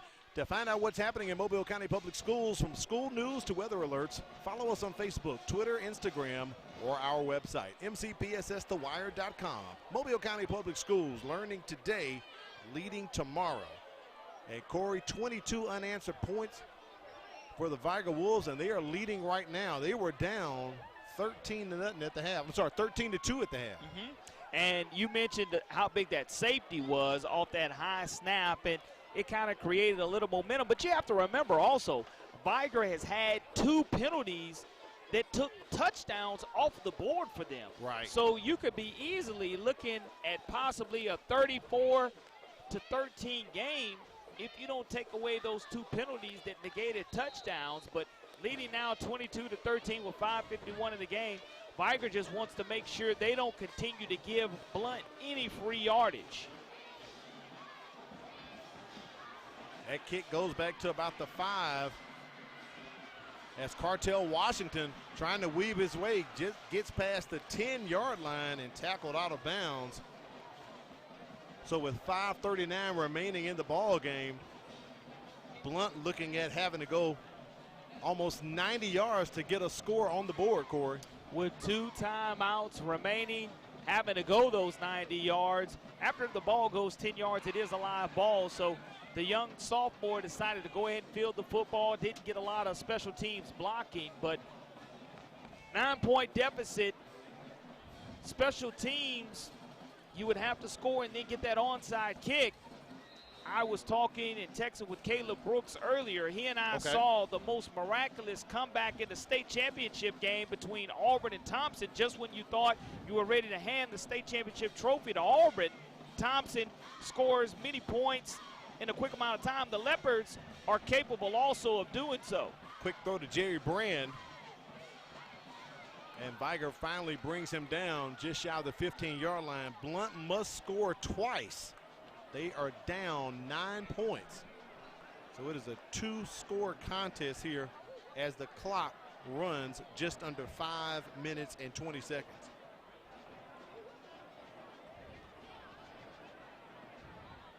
Corey, who are you thinking about for your Career Tech Education Player of the Game? I tell you what. I have 2 guys in mind, but one guy just kind of stood out. Mix Jr. has Anthony answered Mix the bell. Jr., right. 2 touchdowns in the air, 1 touchdown on the ground that he ran in. Late flag, Corey. Not quite sure what that one was all about. I think there may be some excessive talking going on down on the field.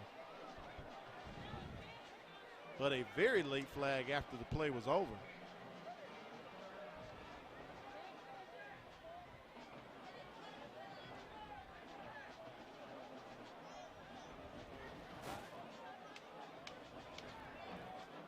Got dead ball foul. Unsportsmanlike on number 7.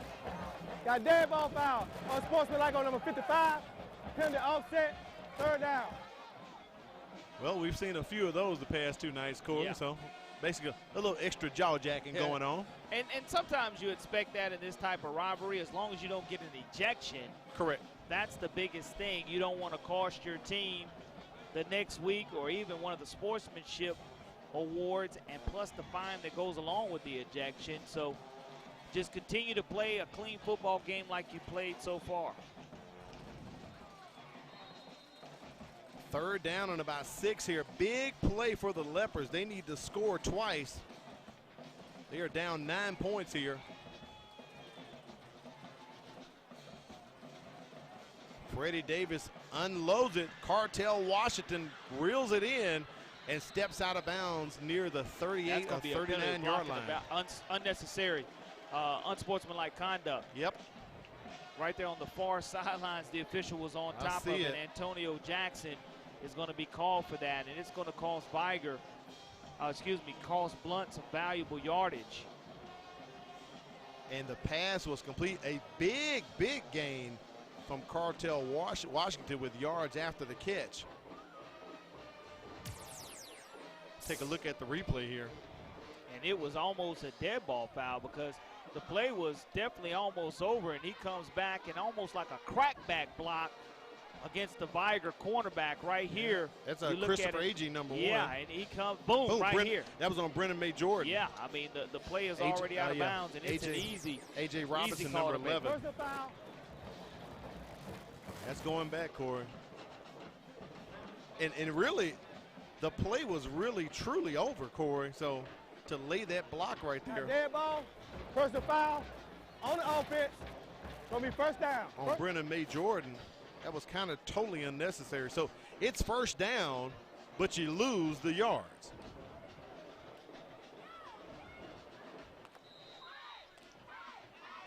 Ball's going to be placed at the 23-yard line.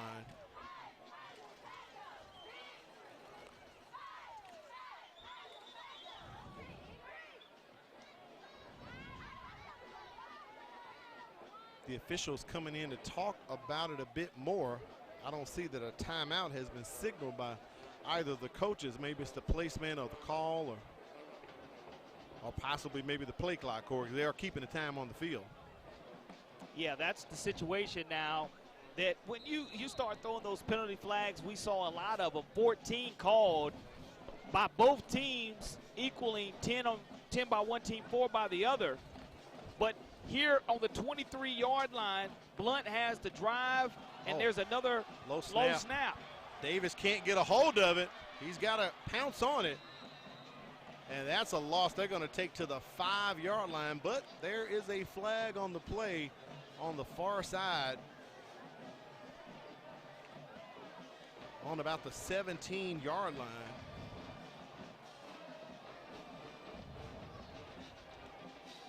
Got holding on the offense, decline it, they're going to second down.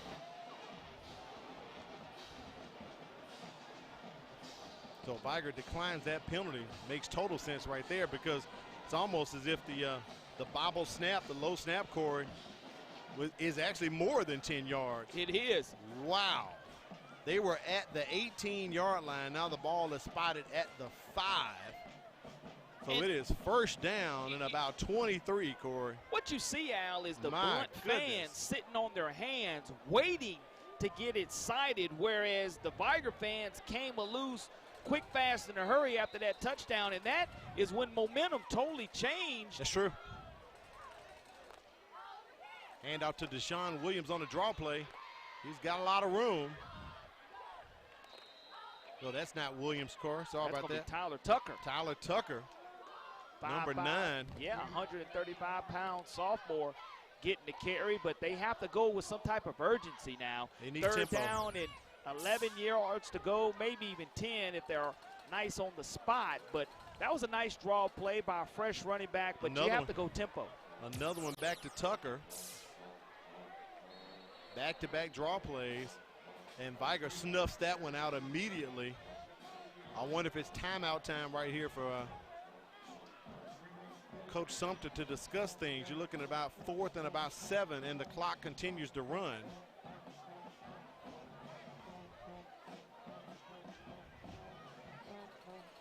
So in essence, one could say this is the ball game right here for the Leopards. They need to convert a first down. They have 2 timeouts remaining. Empty set for Freddie Jackson. 5 receivers to pick from. Let it go. Dumps it down, incomplete. So that will be ball over on downs as he tried to get it to Tyler Tucker.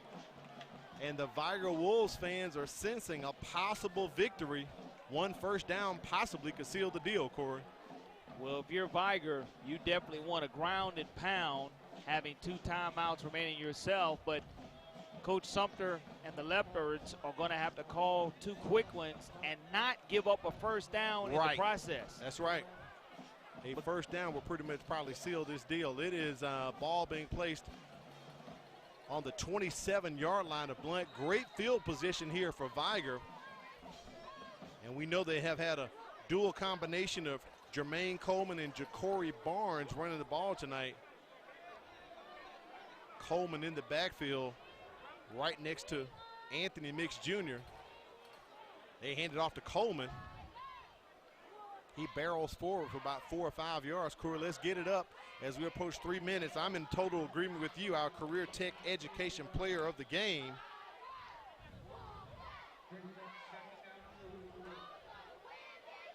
Anthony Mix Jr., Vigor High School. He accounts for 3 touchdowns today, 2 in the air, 1 on the ground. He threw one for 75 yards to Brennan May Jordan, threw one for 51 yards to Chris Agee, and he ran one for 4 yards. So just in the air, that's 126 yards of passing yards for touchdown. When you start thinking about that, Al, he only had 4 yards at halftime. Right, passing. 4 passing, right. So the tremendous increase means his accuracy and his confidence continue to get better. And you'd start looking at this win for the Wolfpack. Of course, last year was a COVID forfeit, and Blount won against Vigor in 2019, 38-7, and in 2018, they lost 19-6.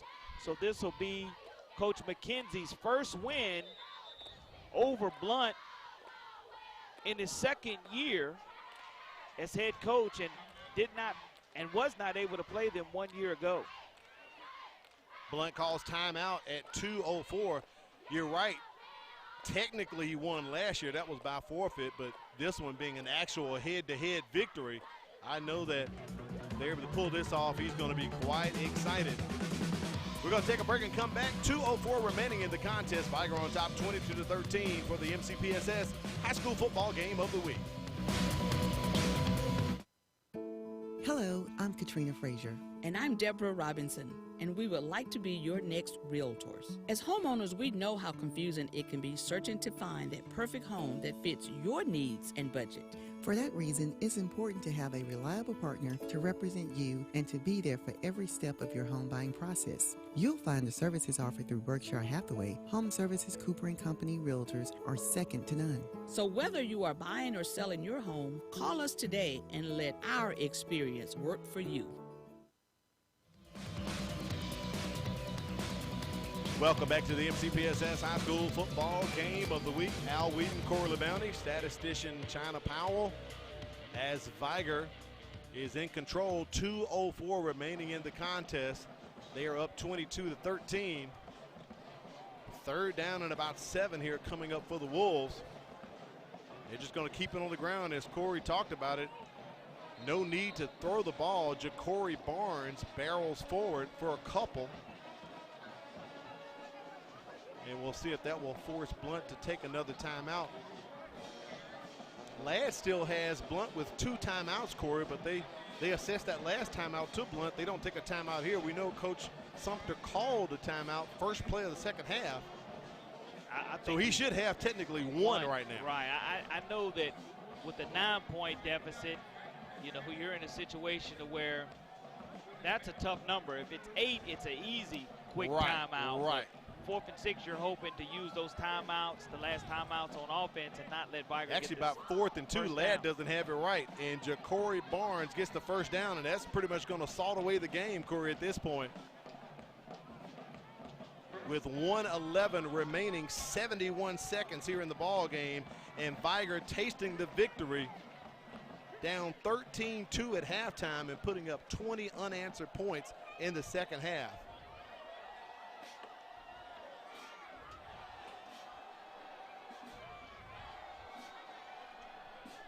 And the Vigor faithful chanting it up, Corey, as they are excited as they see victory just beyond the game clock here, as we are under 1 minute in the Battle of Pritchard.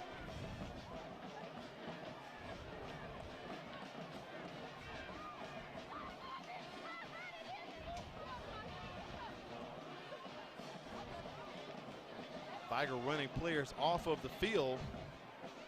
Jerry and Coleman, now 2 more come back on. And I believe we will have a delay of game right here, Corey.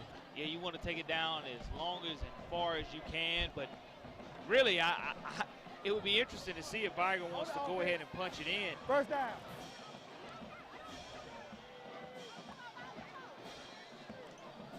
So that will push him back 5 yards.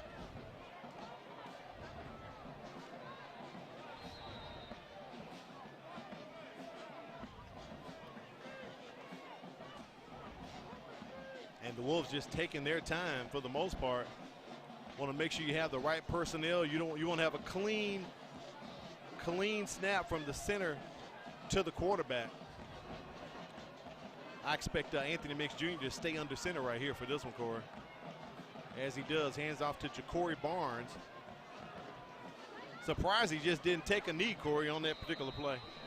Yeah, and that he'll learn that that's something that he can do, so he doesn't have to take that hit. But Vigor finds a way to come back and score 22 unanswered points here in the Battle of Pritchard.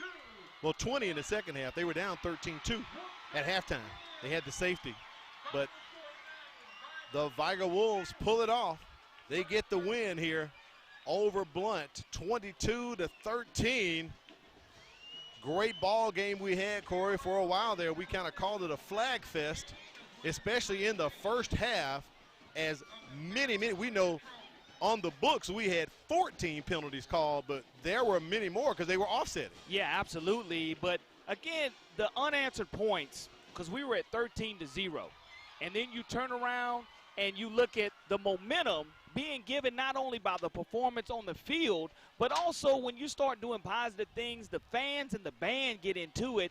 You're right here closest to your sidelines. You have over 9,000 people in attendance who are cheering and chanting for you, and all you needed was that one positive play. One thing. Vigor was able to get that and come away with this huge win in the Battle of Pritchard. That's all you had to do. We're going to hopefully try to get in contact with John McKenzie to have him on and get some words from him as he picks up the big win tonight. Huge victory for the Vigor Wolves as they are playing home games here at Ladd Stadium. We talked about it. We know they're going to have a couple more Saturday games coming up in the future for this season, but a big win to come back and look at that, Corey, absolutely shut out the Blount Leopards in the second half. They are held scoreless. Yeah, that's big time. That's a great job by Coach McKenzie finding a way to get it done, but I'm going to go back to what he said at halftime. 13 points. He knew his team was not enough to beat his squad, made the adjustments at halftime, and found a way to beat Blount, the biggest robbery that there is. There is. Next week, we're going to take it out to the Hornets' Nest, Theodore versus Baker. So make sure you join us at 6:50. That is 7A Region 1. So, Corey, we're going back to put on the big boys once again, just like last night with James Clemens and Murphy. So that's going to be a real good ball game next week. Big-time win for Baker over UMS Wright, blanking the UMS Wright Bulldogs, and the Theodore Bobcats get a huge win over Saraland Spartans, avenging that loss from 1 year ago. So we know the implications are there. Theodore has been region champions, I do believe, 2 out of the last 3 years here in 7A Region 1, and they know how important going on the road is going to be to get this victory. Yeah, that's going to be an early 7A Region 1 battle that we are glad to have on next week. So great victory here for Vigor tonight over Blount, 22-13. I think we're still trying to effort to get Coach McKenzie over to get the headsets on as we get one of the camera guys to line it up. We'd love to get some comments from him right quick before we get off the air, Corey. I believe they're efforting right now. Fran Conaway, our engineer. Take a look at the stats right quick as they set up Coach McKenzie. Look at the difference in the second half, Corey. Total yards, 338 for Vigor.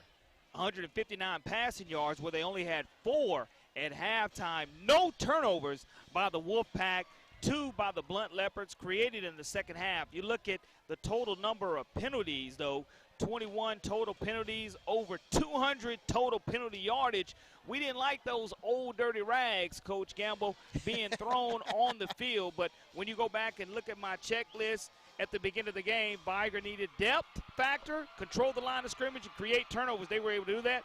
Blount needed to keep the old dirty rags off the field, weren't able to do that. Limit explosive plays and wear down the Wolfpack, all in the favor of Vigor tonight.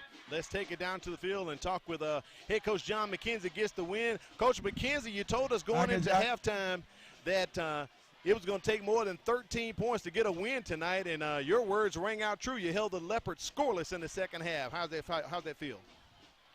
I had two voices, but I think I heard about the 13 points. Yeah, we got a good football team. I don't think I don't want our guys to be surprised about what happened. We normally play better in the second half because of our conditioning. Right. Disappointed in the penalties. You know, we've been working on that too much. We work on condition. We work on conditioning and discipline, and you know, we failed in discipline today, but we appreciate the win. You know, I tell our guys all year that we talk about Blount and we talk about December 3rd. Right. So we have accomplished Blount. Now we got to accomplish December 3rd. So that's our goals for the year, and that's what we're going to work towards. Talk about the performance of your quarterback. Anthony Mix Jr. had 4 yards passing in the first half, and Coach, in the second half, he just exploded wide open. Talk about the young man. Well, he only could do his part. I mean, he had 3 drops for about 100 yards also. So that's 104 yards. That's 104 yards if we get it. But Anthony Mix is a special talent. I mean, there's no secret about it. The talent that we got here at Vigor, it's just a matter. I don't know if they can hear me. Yeah, we can hear you. The talent that we have at Vigor, you know, it's just about making plays, and these guys know how to make plays. Coach, what a difference 1 year makes. You come in on a COVID year, not even having an opportunity to meet your staff, not having an opportunity to meet your players until late. This time you had an entire summer. Somebody talking about to wrap up. I can't hear the question. You had an entire summer. Okay, I hear you now. Okay, good. You had an entire summer. What a difference a year makes for yourself. You had an entire summer to be with your team, an entire year. Even though COVID was still in effect, you could still see and meet and greet, do the 7-on-7s, and learn your identity. And you have done that with this and stamped your name on this team. Well, I mean, I got some great coaches. I mean, Coach Jackson do a good job with our offense, Coach Cook and Gill. And, you know, we got 20 coaches, so our guys are being coached up. They know what we want to do. Our coaches understand what we're trying to get done. And we're not surprised about our performance. I'm just disappointed in the penalties. And that's something I can fix, and I've been trying to fix it ever since I've been here. And I will continue to fix it.